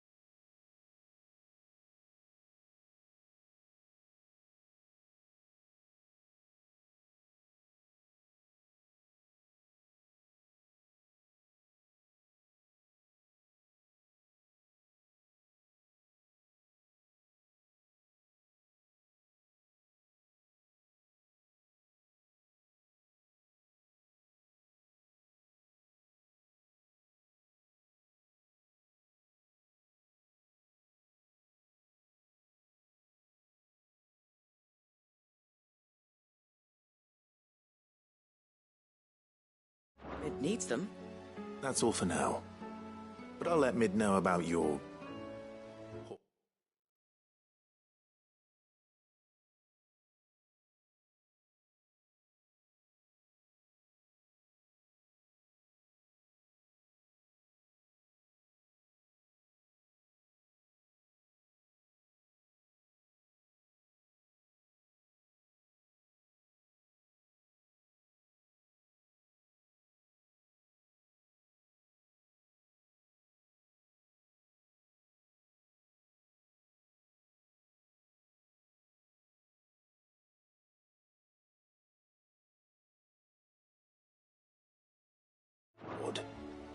Just in case.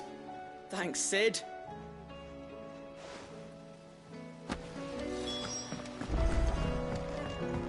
Has Midadol mentioned a new project yet? Not exactly.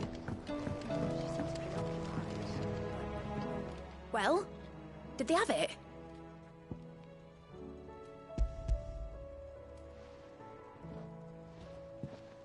They did. And they kept it somewhere nice and safe. Will it work? Will it work? He's perfect! You're a genius, Clive. What exactly are you going to use it for? Only the most important job of all. The wings aren't going to move on their own. But with the right cog in the right place... well, you just wait and see.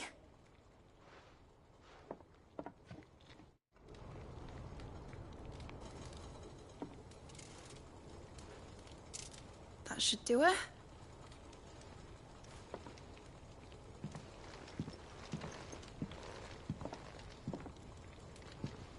Here goes nothing.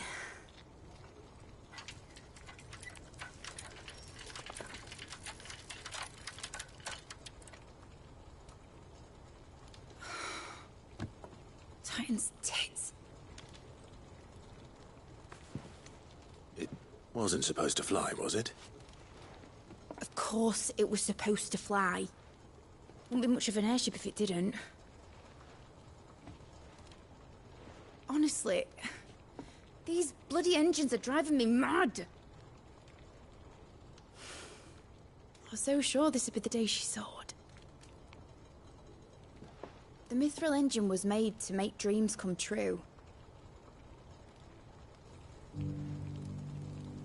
But maybe this is one dream the world's better off without. Show folk how to take flying. It won't be long till they're raining death down on each other. People will lose their homes. Children, their mums and their dads. Like I lost mine. I'm sorry. So am I, Clive. So am I. Sorry that I have to choose.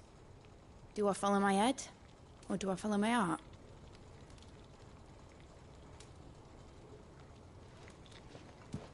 Good question. The first time I stood on the deck of your ship, I felt the wind in my hair. It was like I was flying. But imagine how it would feel to actually do it. My dad always said there were two ways of living life. Chasing a dream or shuffling to your grave. And he were right. Right about a lot of things. Not that I like to admit it. People need dreams to chase. Especially in a world like this.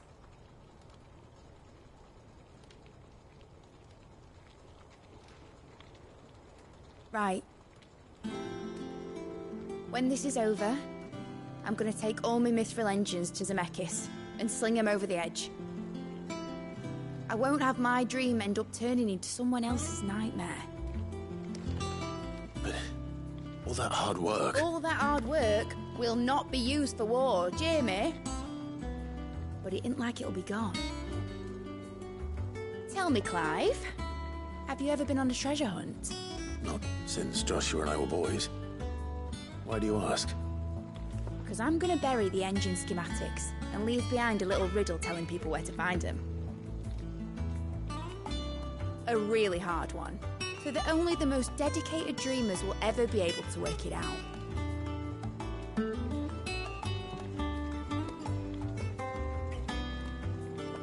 Ooh, I can picture it now. Some daft general squinting at the words with a gormless expression on his mug. Like that one, yeah. Right.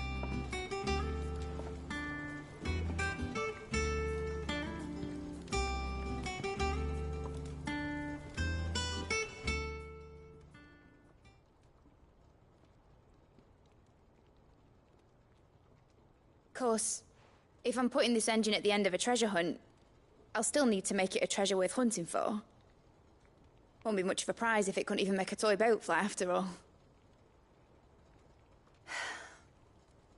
My dad always said, dream big. But it isn't the size of a dream that's important, is it, Clive? Only that it's a good one. And I reckon I've got a fair few good uns left in me. I'm sure you do.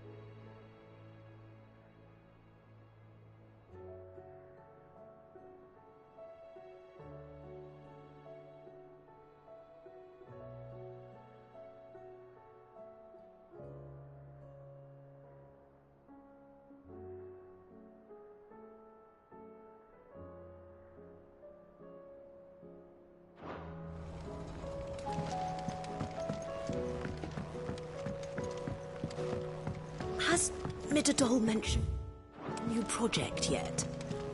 Not exactly. She seems preoccupied, but then again, when isn't she?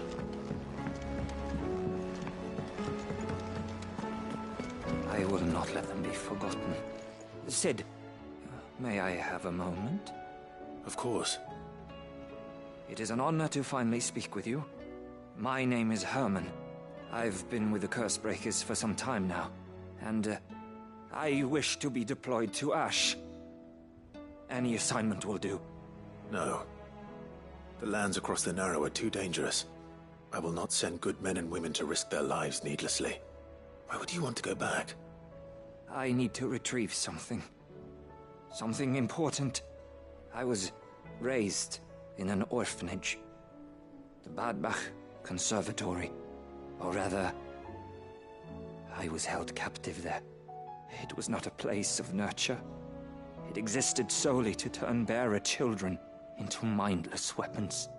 We were tortured until we feared no pain. Tormented until our hearts turned to stone. And few ever survived long enough to become tools of the last king. I can't imagine.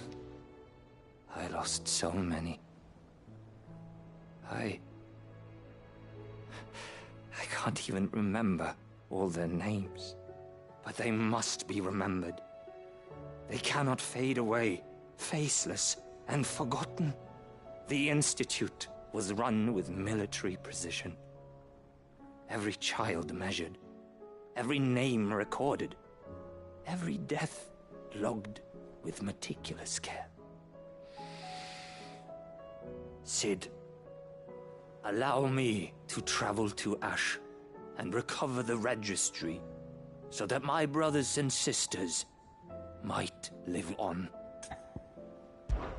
You are a good friend, Herman. But the fact remains that Ash is simply too dangerous. Sid, please. Even should it cost me my life. Too dangerous for you, Herman.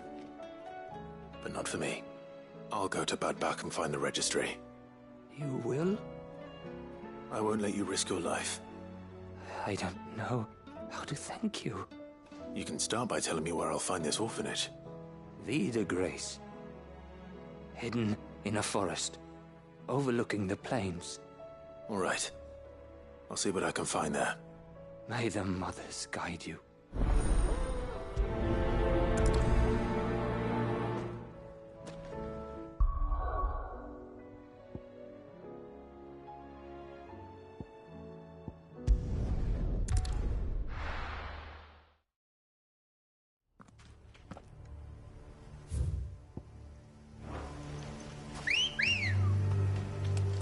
Ready, girl?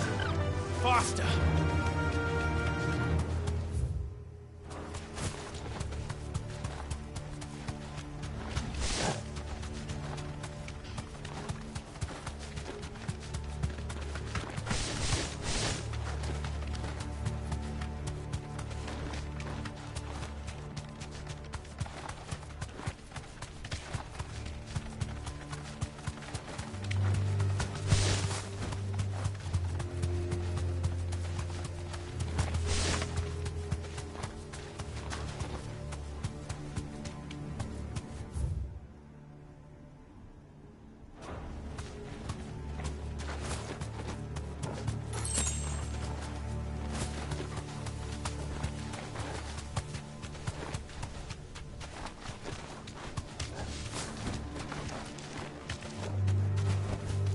That'll do, girl. This must be the orphanage.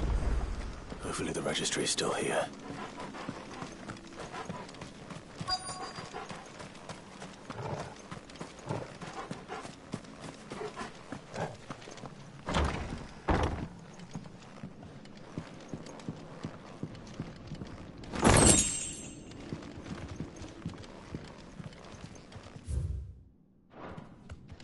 Disposed of.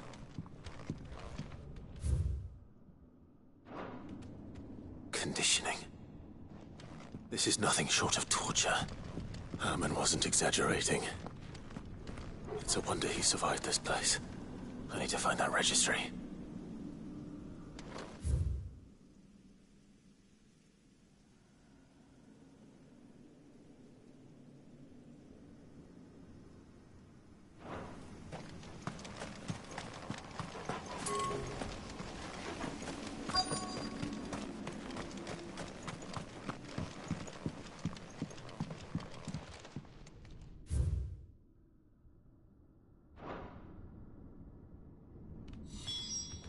Reads like a suicide note.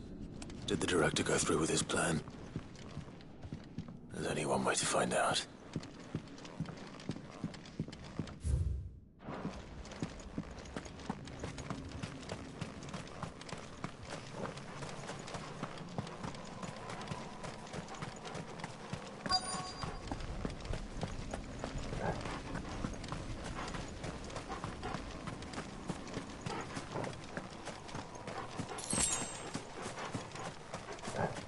Forked white tree. This must be the place.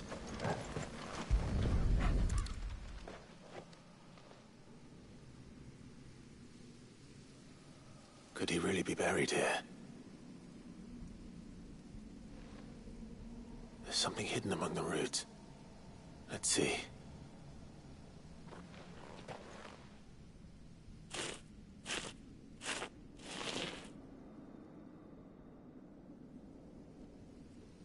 This must be the registry.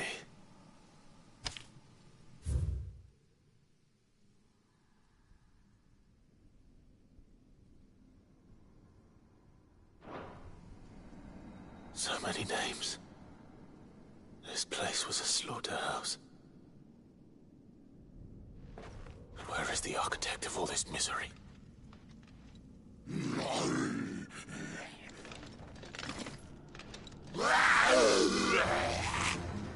It was only a matter of time, I suppose. This place is cursed.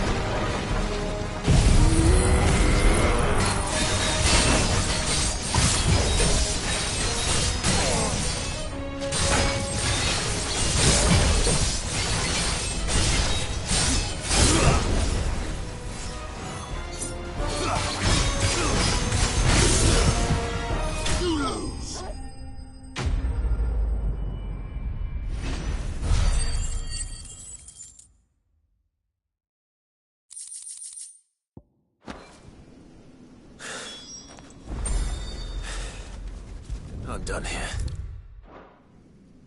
Let's get the registry back to Herman.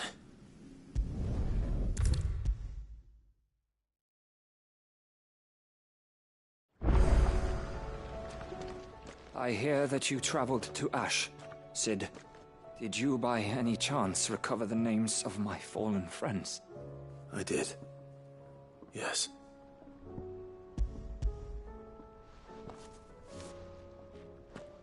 If I may, the bearer registry.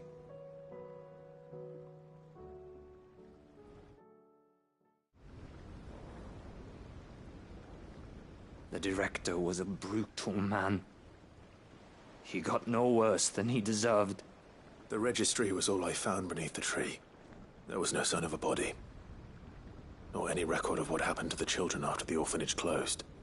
I pray that at least some of them survived. All their names are here.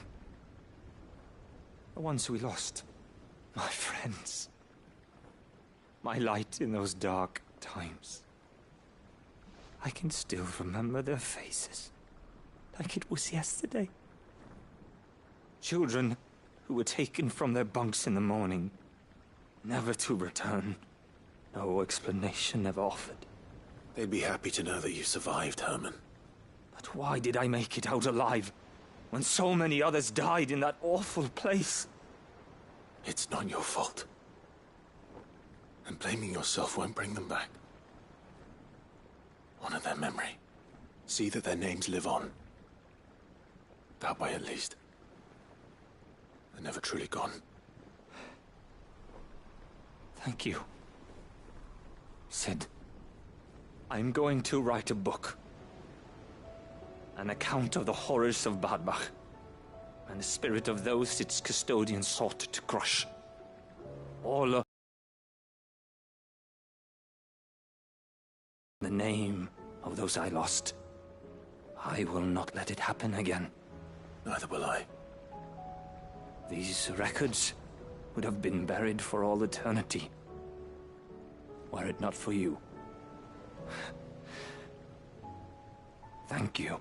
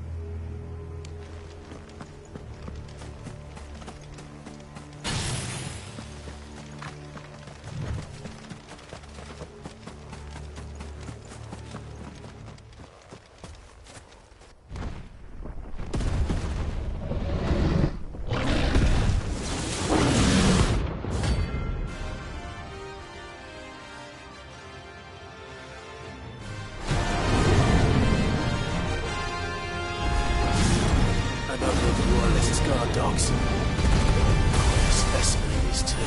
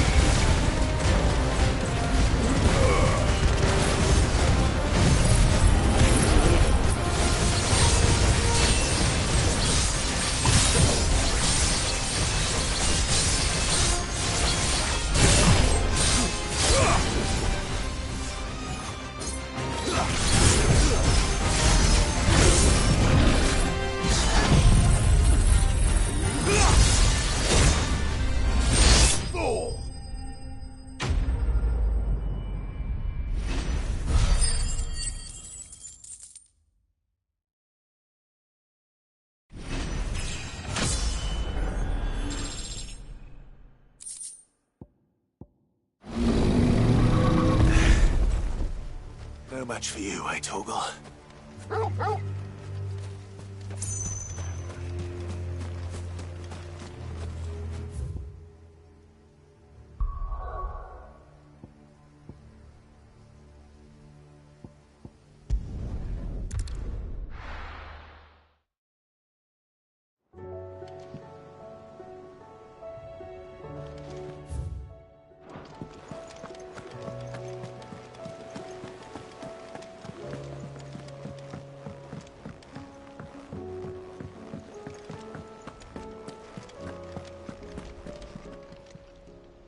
Oh, I wasn't expecting you back. All yours. Come again. I may have more for you.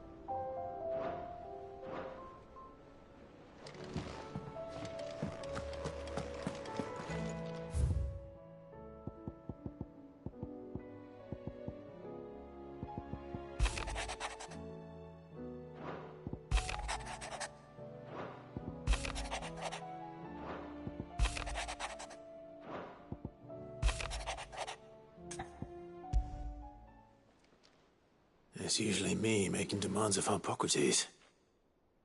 I wonder what this is about.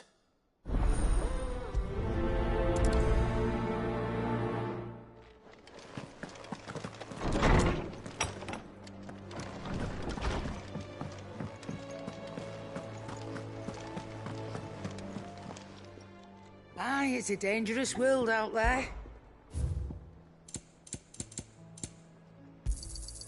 You're rubbing me blind, you know. It'd better all be here. Come again. Or don't. I'm not much bothered either way.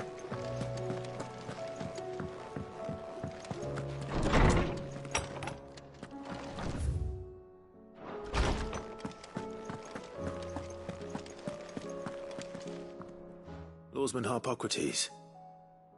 I received your note. Ah, yes. I expect you're wondering what this is all about. You spoke of making amends with Dion, but I can't imagine what for. Then I should begin by telling you that I was once his tutor.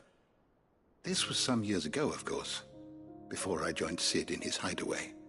At that time, I was counted among the foremost scholars of Oriflamme, and was accordingly invited to the palace to supervise the young prince's education, all to ensure that the future emperor had a firm grounding in, well, everything an emperor should. History, religion, commerce, government. Alas, our time together was cut short when Dion left to join the dragoons, his studies no longer being deemed necessary. I had not expected to meet with him again, least of all here. Have you spoken with him? No, I have yet to find the right moment. His Highness always seems so preoccupied, especially when alone. I would not wish to disturb his ruminations with idle words of greeting, not when I know he dwells upon the evil Ultima had him commit in the Dominion. The guilt weighs heavily on him, I know. But as you say, that was Ultima's doing. Surely you can't blame yourself. When I first met him, it was not guilt, but his people's expectations that weighed heavily upon him, and I did nothing to ease that burden.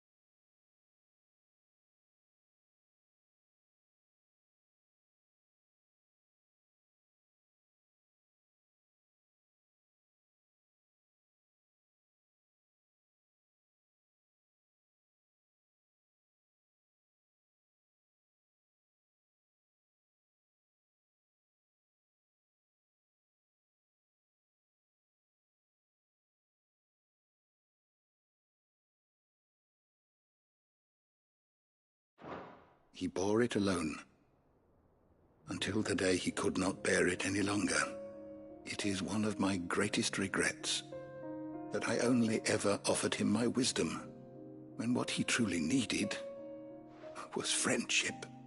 The blame for Dion's transgressions lies not only on his shoulders, but on mine. I see. I'm ready to help you in any way that I can. Then I beg that you bring me a wild wyvern tail. Apothecaries across the ages agree that even to glimpse such a flower is to be granted inner solace. Fabulists and fraudsters all, of course. But there is oft a seed of truth to be found where even the most outlandish opinions align. Well, it can't hurt to try.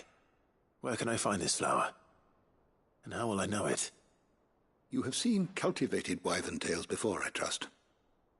The lily-white blossoms from whose roots the poisonous ink for the brand is distilled. Well, those which grow in the wild differ only in their purple hue. The harsher the environment in which they are raised, the deeper the colour. There is a waterfall in Rickmal's roost across the strait, where the flowers once grew in abundance. Whether they still survive there, I know not. But try as I might, I can find no likelier location. It's all right. I'll find you a wyvern tail one way or another. Thank you, Clive. And please, be safe.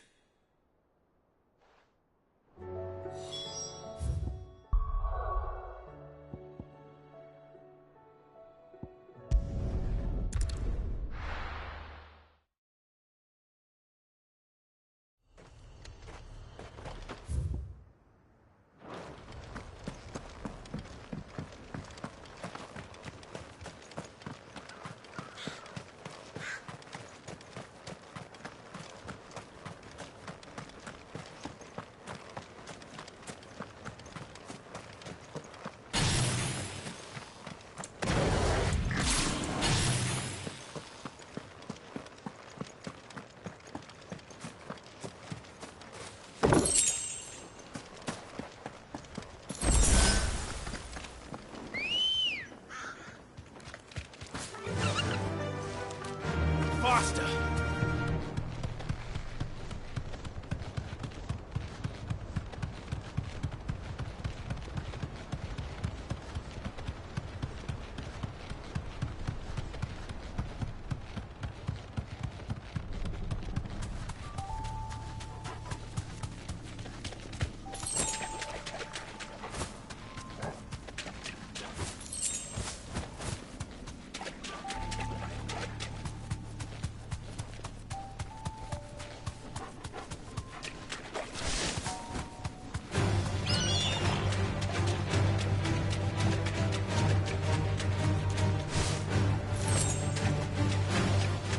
Seems this place has been flooded twice over. Purple flowers blooming next to a waterfall. Shouldn't be too hard to find.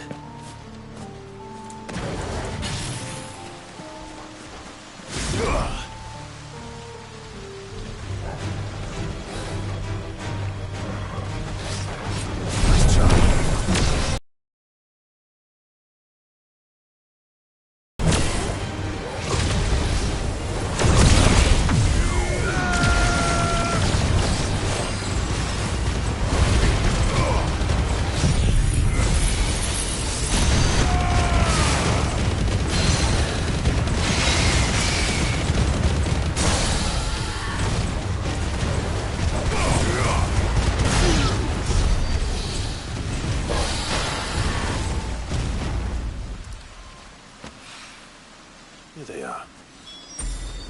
Might as well pick enough for a bunch, I suppose.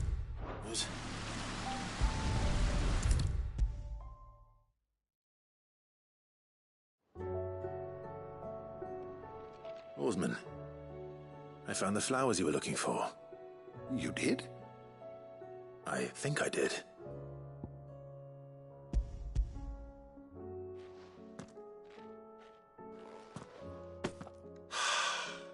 You did indeed. My dear boy, thank you. You wanted to make Dion a gift of one, did you not? Shall I invite him to join us? Oh, I don't... It's no trouble. I'll go and fetch him.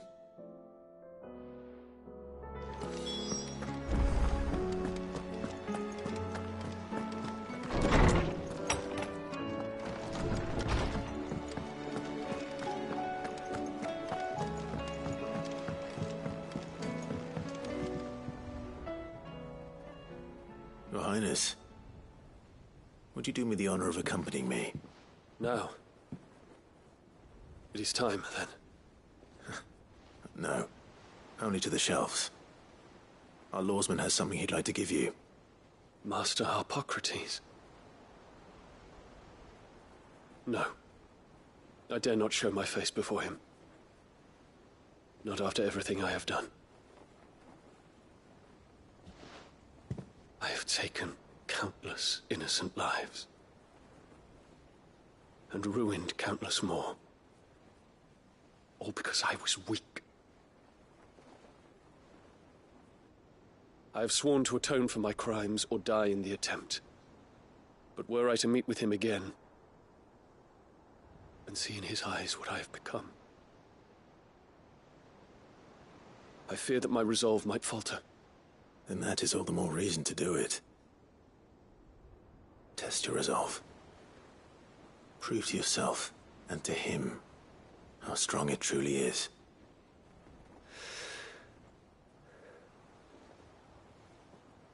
You are right. I must, at the very least, offer him my gratitude. Very well, then. Take me to him. Follow me.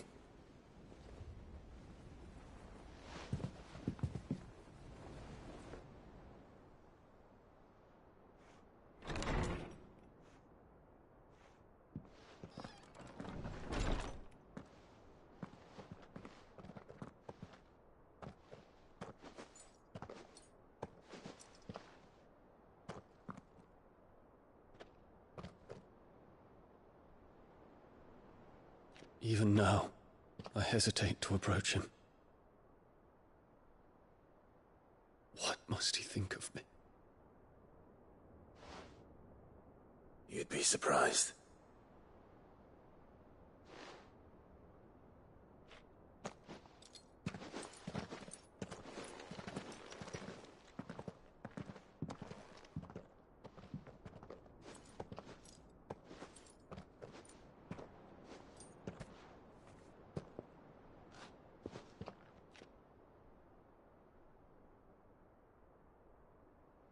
Master Harpocrates, pray, accept my apologies for leaving your tutelage before my studies were complete.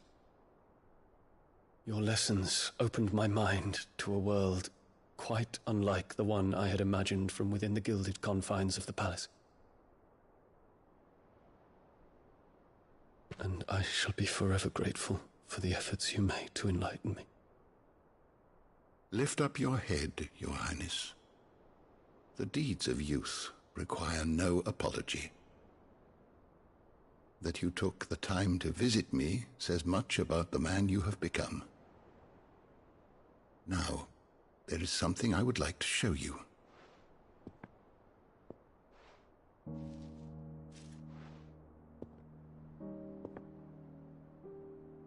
Is that a wyvern tail? The color is unfamiliar to me. Because it is unique to those found in the wild. Something in the harsh environments in which they grow lends them this striking hue.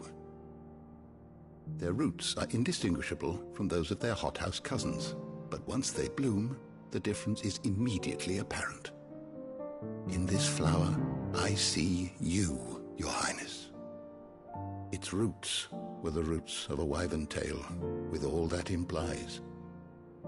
But they do not define it, just as yours do not define you.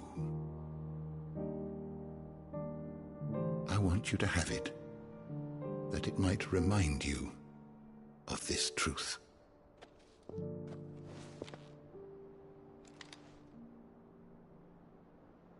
Master Harpocrates, I would ask of you a service. Keep your gift until I have fulfilled my duty to the realm, for only then shall I be deserving of it.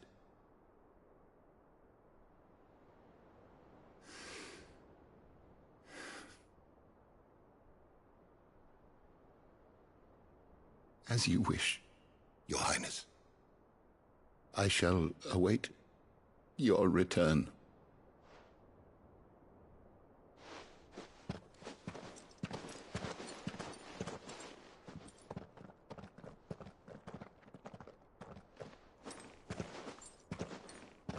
Our roots do not define us. No wonder my stepmother didn't like him. For reuniting me with memories I had thought long lost.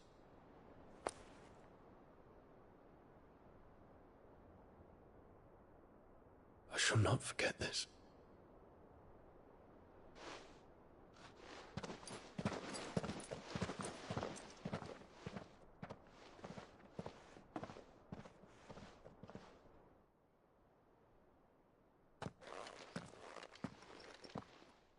Thank you, Clive. Were it not for you, I fear I might never have found the right moment to speak with him. Not to mention the wyvern tales. I shall plant their seeds, that I might not disappoint His Highness upon his return. I hope the soil in the hideaway is to their liking. Why, these flowers bloomed in the bleak, black wastes of Waloed. I'm sure Nigel's yard will suit them to a T.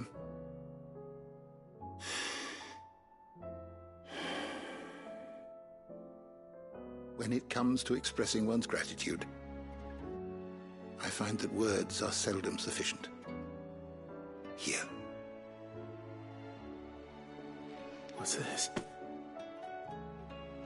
A stolas quill. Or more precisely, my stolas quill. 'Tis said that an owl's feathers are steeped in the wishes it hears over its long lifetime.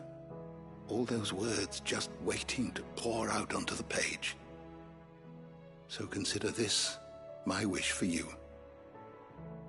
That one day you may put down your sword and pick up that pen. Well, when that day comes, I'll certainly have a lot to write about. Thank you, Harpocrates. It shall have pride of place in my chamber.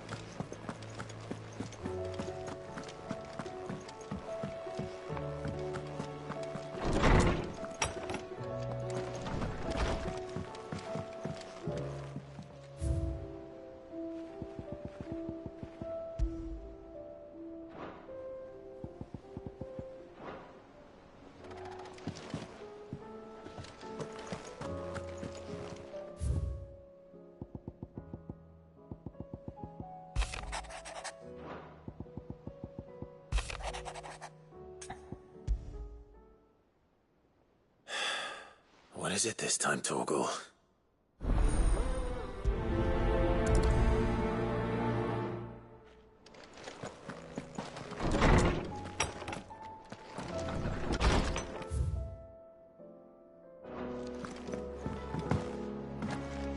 First the skies, then the crystal.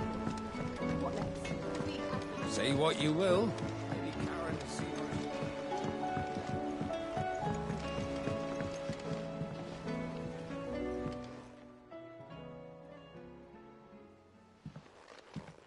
Pining for something, boy. What is it? What do you see out there?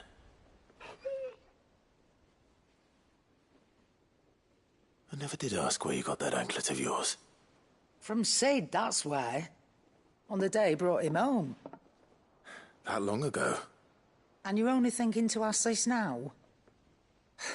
Sid saw that the pup had a habit of gnawing on his leg, since you ask.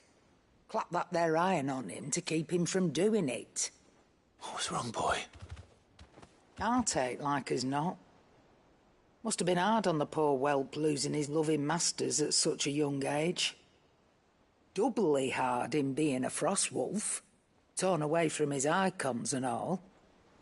Sid would always tell him, you want that iron gone, you find what it is you're looking for. I reckon what he were looking for was you. I'm sorry, Torgal. Sorry for making you wait so long. Let's get that thing off you.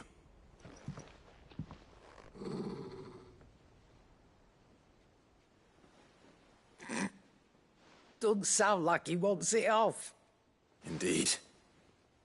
You miss Sid as much as the rest of us, don't you?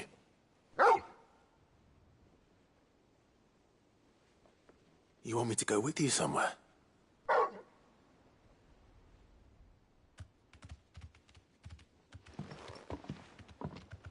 Quick, aren't you?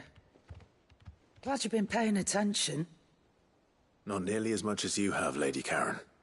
Aye, good thing and all. It's not like Gav would have kept him in nuts and rubbed his belly these past 10 summers. Your kindness is appreciated.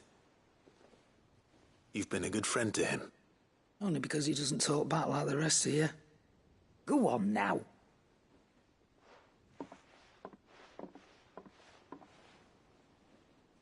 Where to then, Torgal?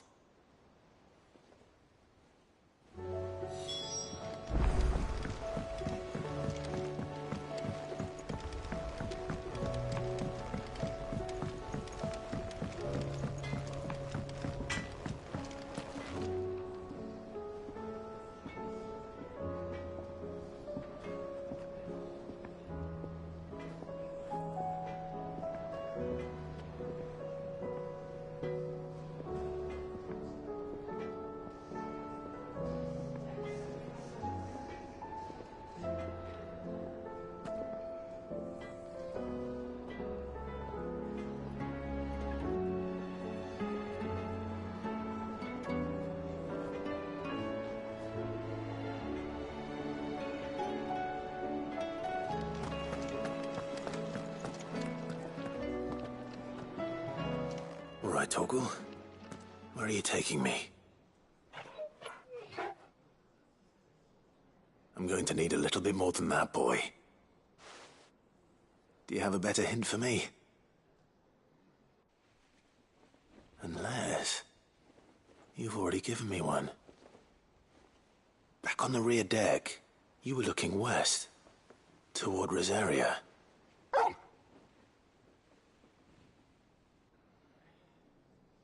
Why don't we try the rookery?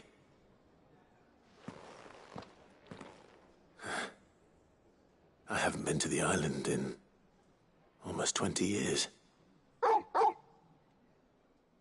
To Port Isolde, then.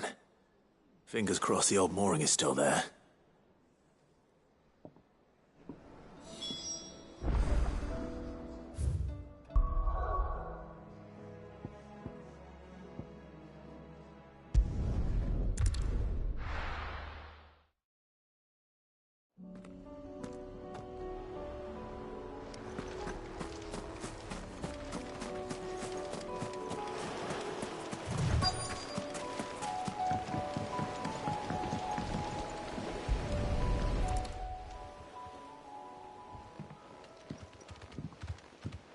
It's still here. After all these years. A lot smaller than I remember. And you're a lot bigger. You might have to swim, boy.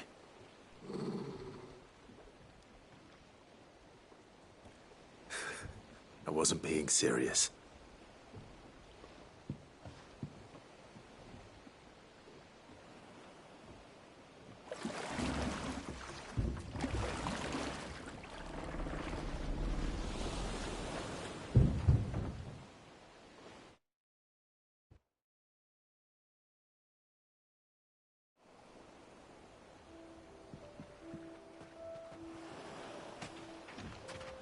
This place hasn't changed at all. The rookery's right through those trees. Come on. Race you there? I bet I could still beat you.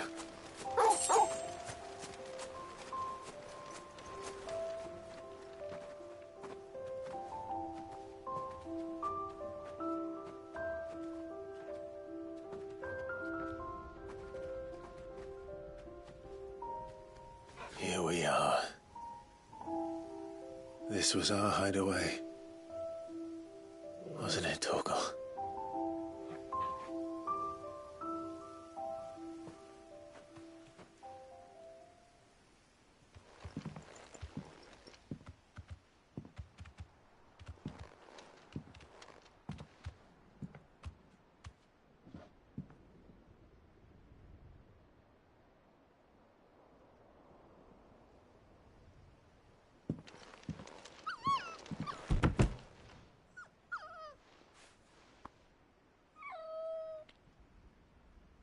Coming here helped me to forget who I was.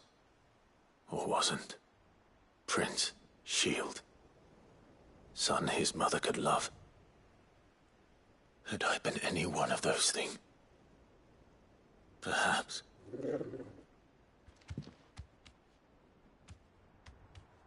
What is it, boy?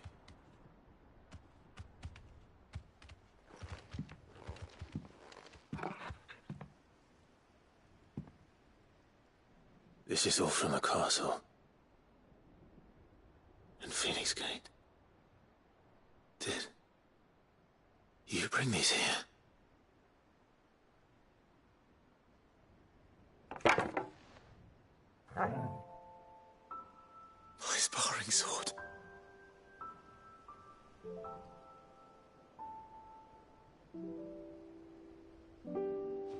Well, well. You never stopped looking for me, did you, boy?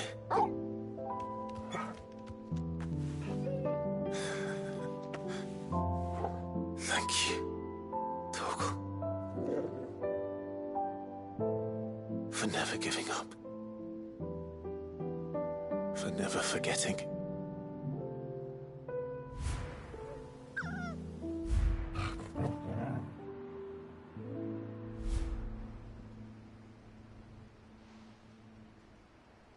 Let's take this with us, shall we?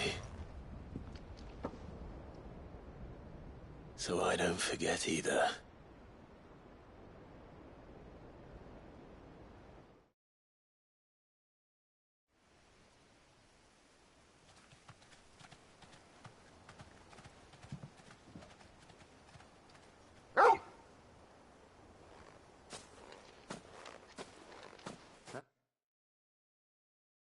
That's not the way back to the boat, Torgal.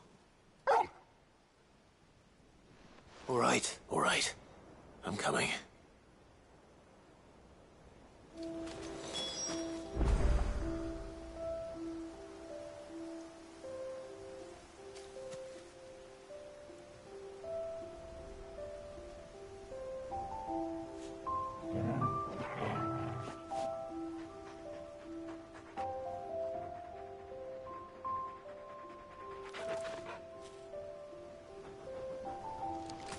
I think I know where we're going.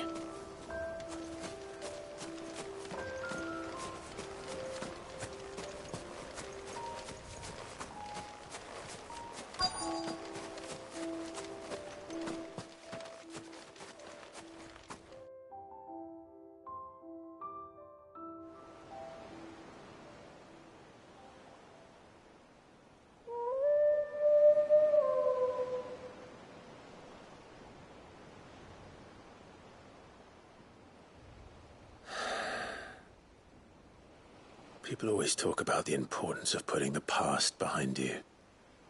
But without it, we wouldn't be who we are today. And we certainly couldn't steer our way to a better tomorrow. Come on, Torgal. Let's go home.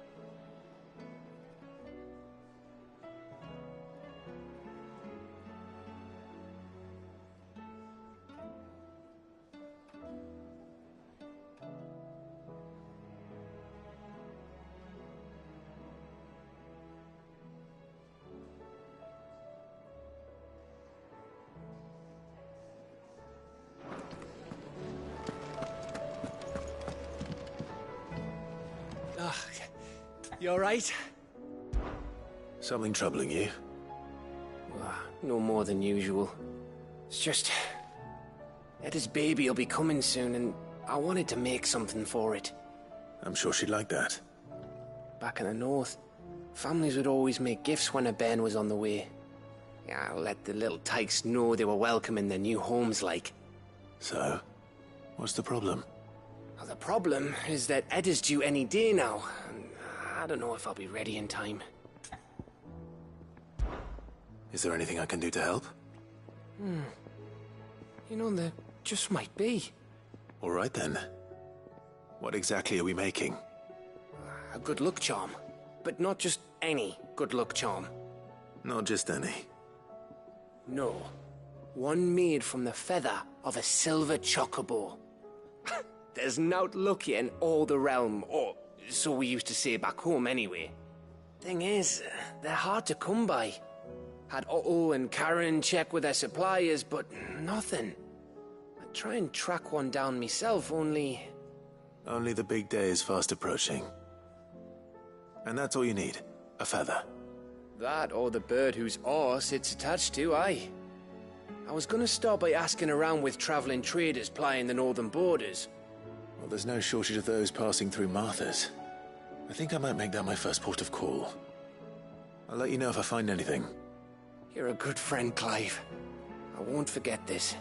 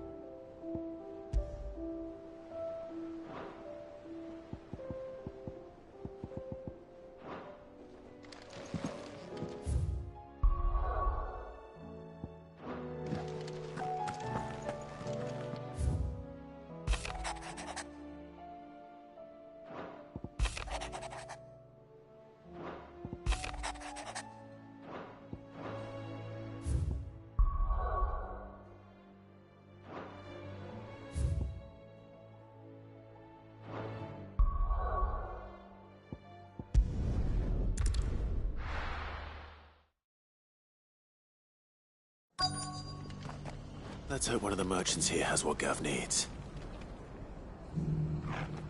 Excuse me. I'm looking for something. Oh, well, then I'm your man. A silver chocobo feather. Oh, or maybe not. Though you're not the first to mention the bird around here. There was a man stopped by the rest not long ago, claiming he was attacked by a silver chocobo. Near some gutted hovel, not far from Eastpool. Most took him for a bigot and a liar, but who knows? Perhaps there was some truth to his tale. We'll see. Thank you.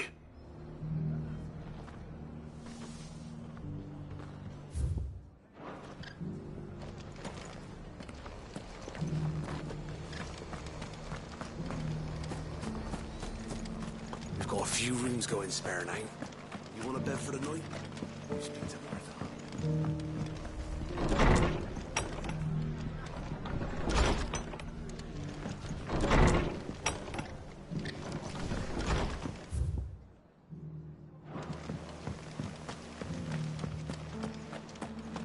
Just because the heavens have gone to rack and ruin, it don't mean we have to. Yeah. Let's get this... How do, traveller? You've the look of a man who could do with a new whetstone. Or perhaps a bawdy etching of the Vicerine. Maybe another time. I'm looking for a silver chocobo feather. If that's the case, rumours are all you're likely to find.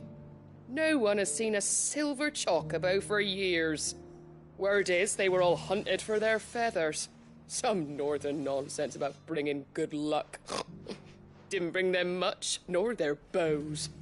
If any are still out there, I reckon they'll be doing their damnedest not to be discovered. You're probably right. Thank you anyway.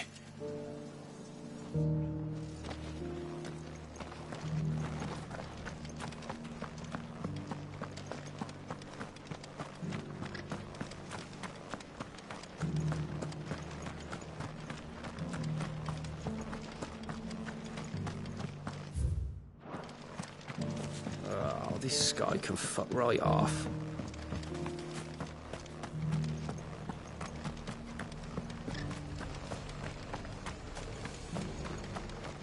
Look, Daddy. Shining so brightly. Isn't it pretty?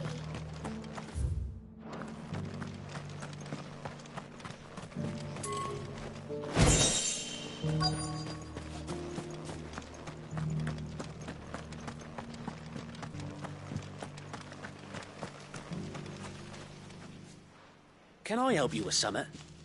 You wouldn't happen to sell silver chocobo feathers, would you? I deal in fruit, not fancies.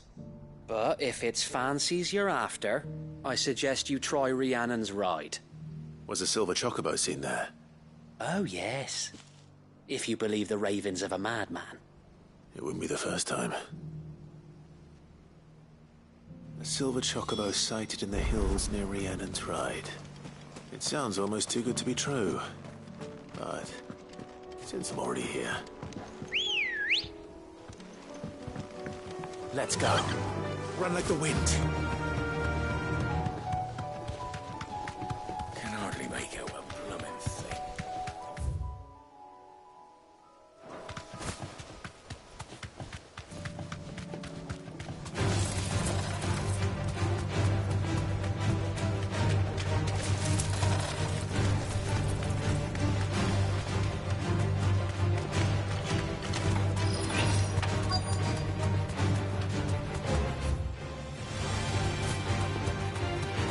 Tracks. I'm not left by bandits for a change.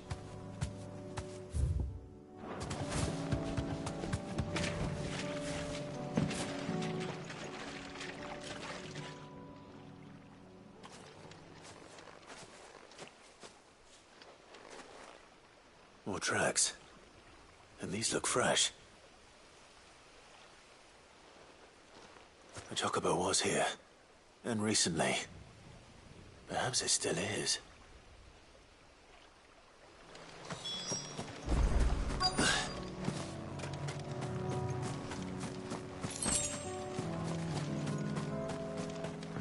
I don't hear anything.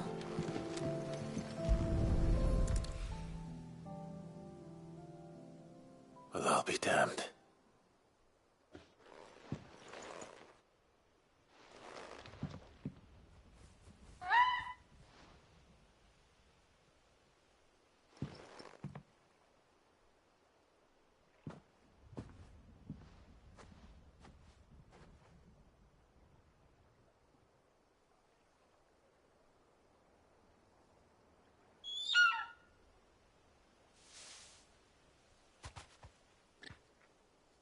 It's all right.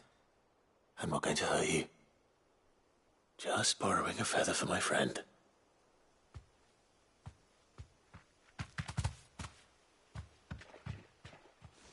Thank you. Let's get this back to Gerd before they change their minds.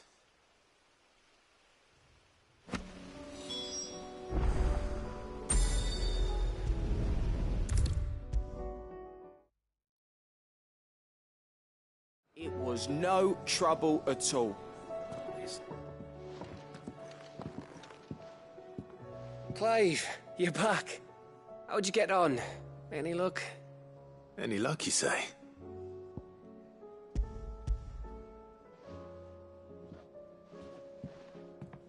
Crystal's crack. Is this what I think it is? Where in the hell did you find it? It's a long story.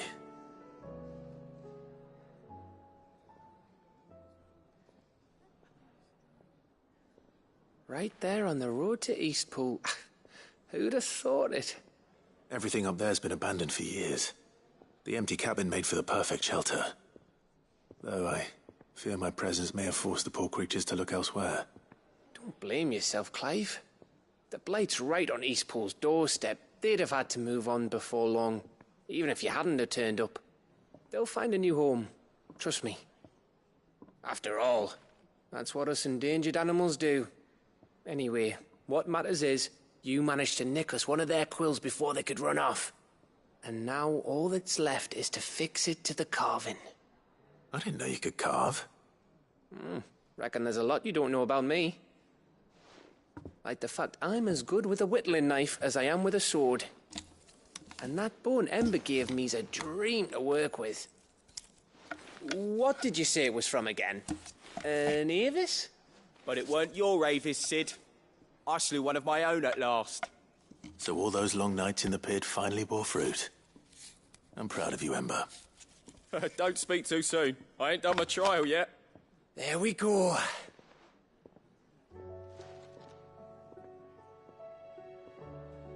What do you think? I think if you ever hang up your scouting cap, you'll be able to make an honest living. Oh, will I? I should go and see if Ed is awake. Give it my best. You can give it to yourself. Come on.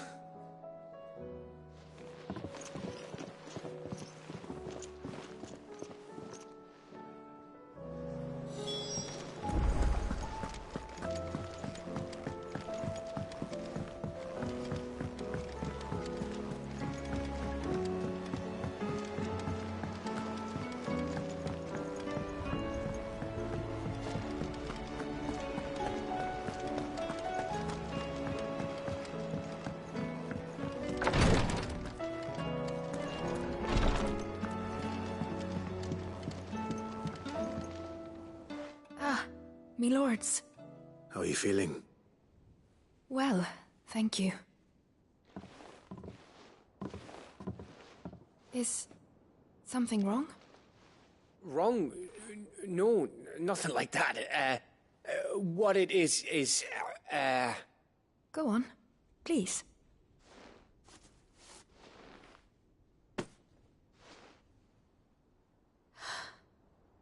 It's beautiful. Did you make it? We did, aye. It's from all of us here at the Hideaway. Your new family, like. It's a good luck charm. We may come up north when a band's on the way. I mean a baby. To let him know that they're part of the family too. Oh, I hope you like it. I don't know what to say. I thank you, me lords, for everything. If there's anything you need, just let us know. I will. Clive, fancy a swift off? I'm thirsty. I could be convinced.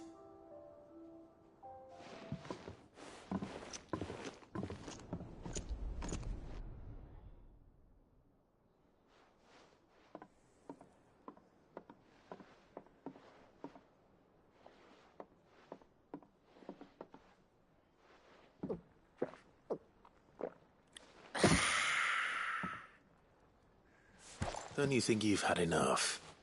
Oh, we're celebrating. I'm gonna be a father. I think Edda might have something to say about that. Ah, you know what I mean. Bit of light in these dark times.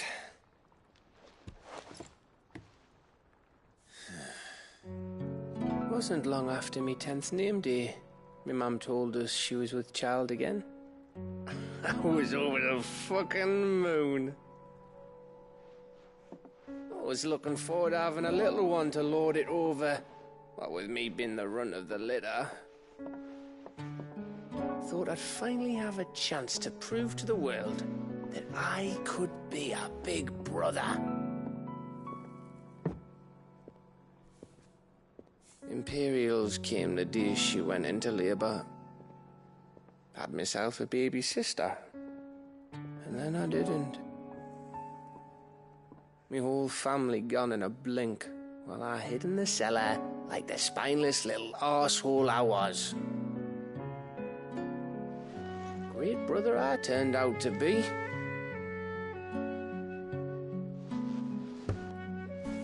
I'll never be a leader. And I'll never be a hero.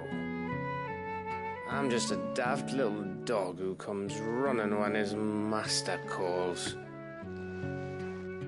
I'll never be like you, or Sid, or Jill, or even Torgal. Have you finished? Maybe.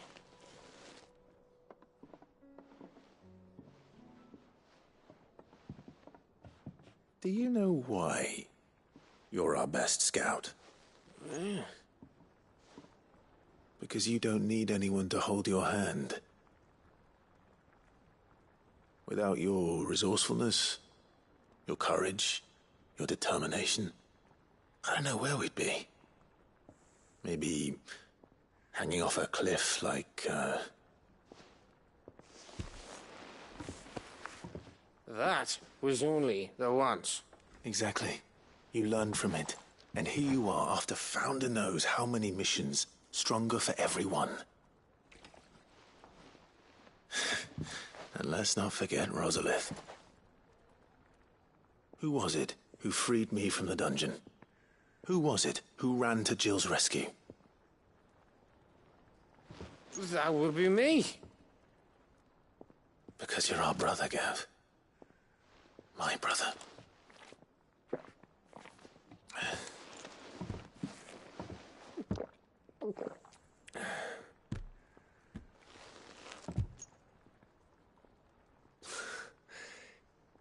Your brother.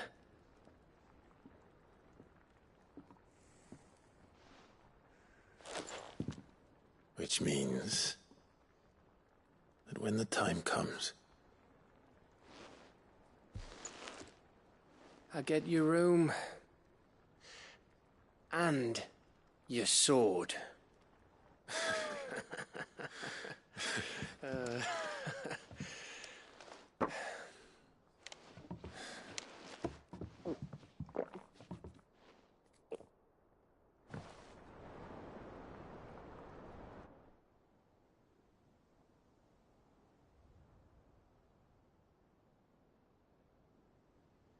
I may have had one too many.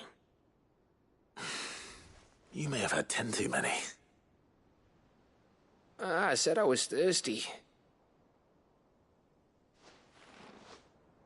Better get back to work anyway. After I walk this off. Clive? What is it? Thanks for, you know. I know.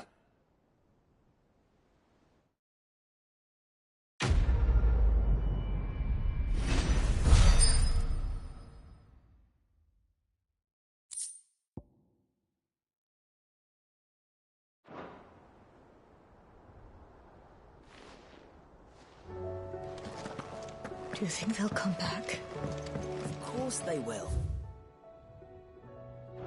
It's just a big crystal.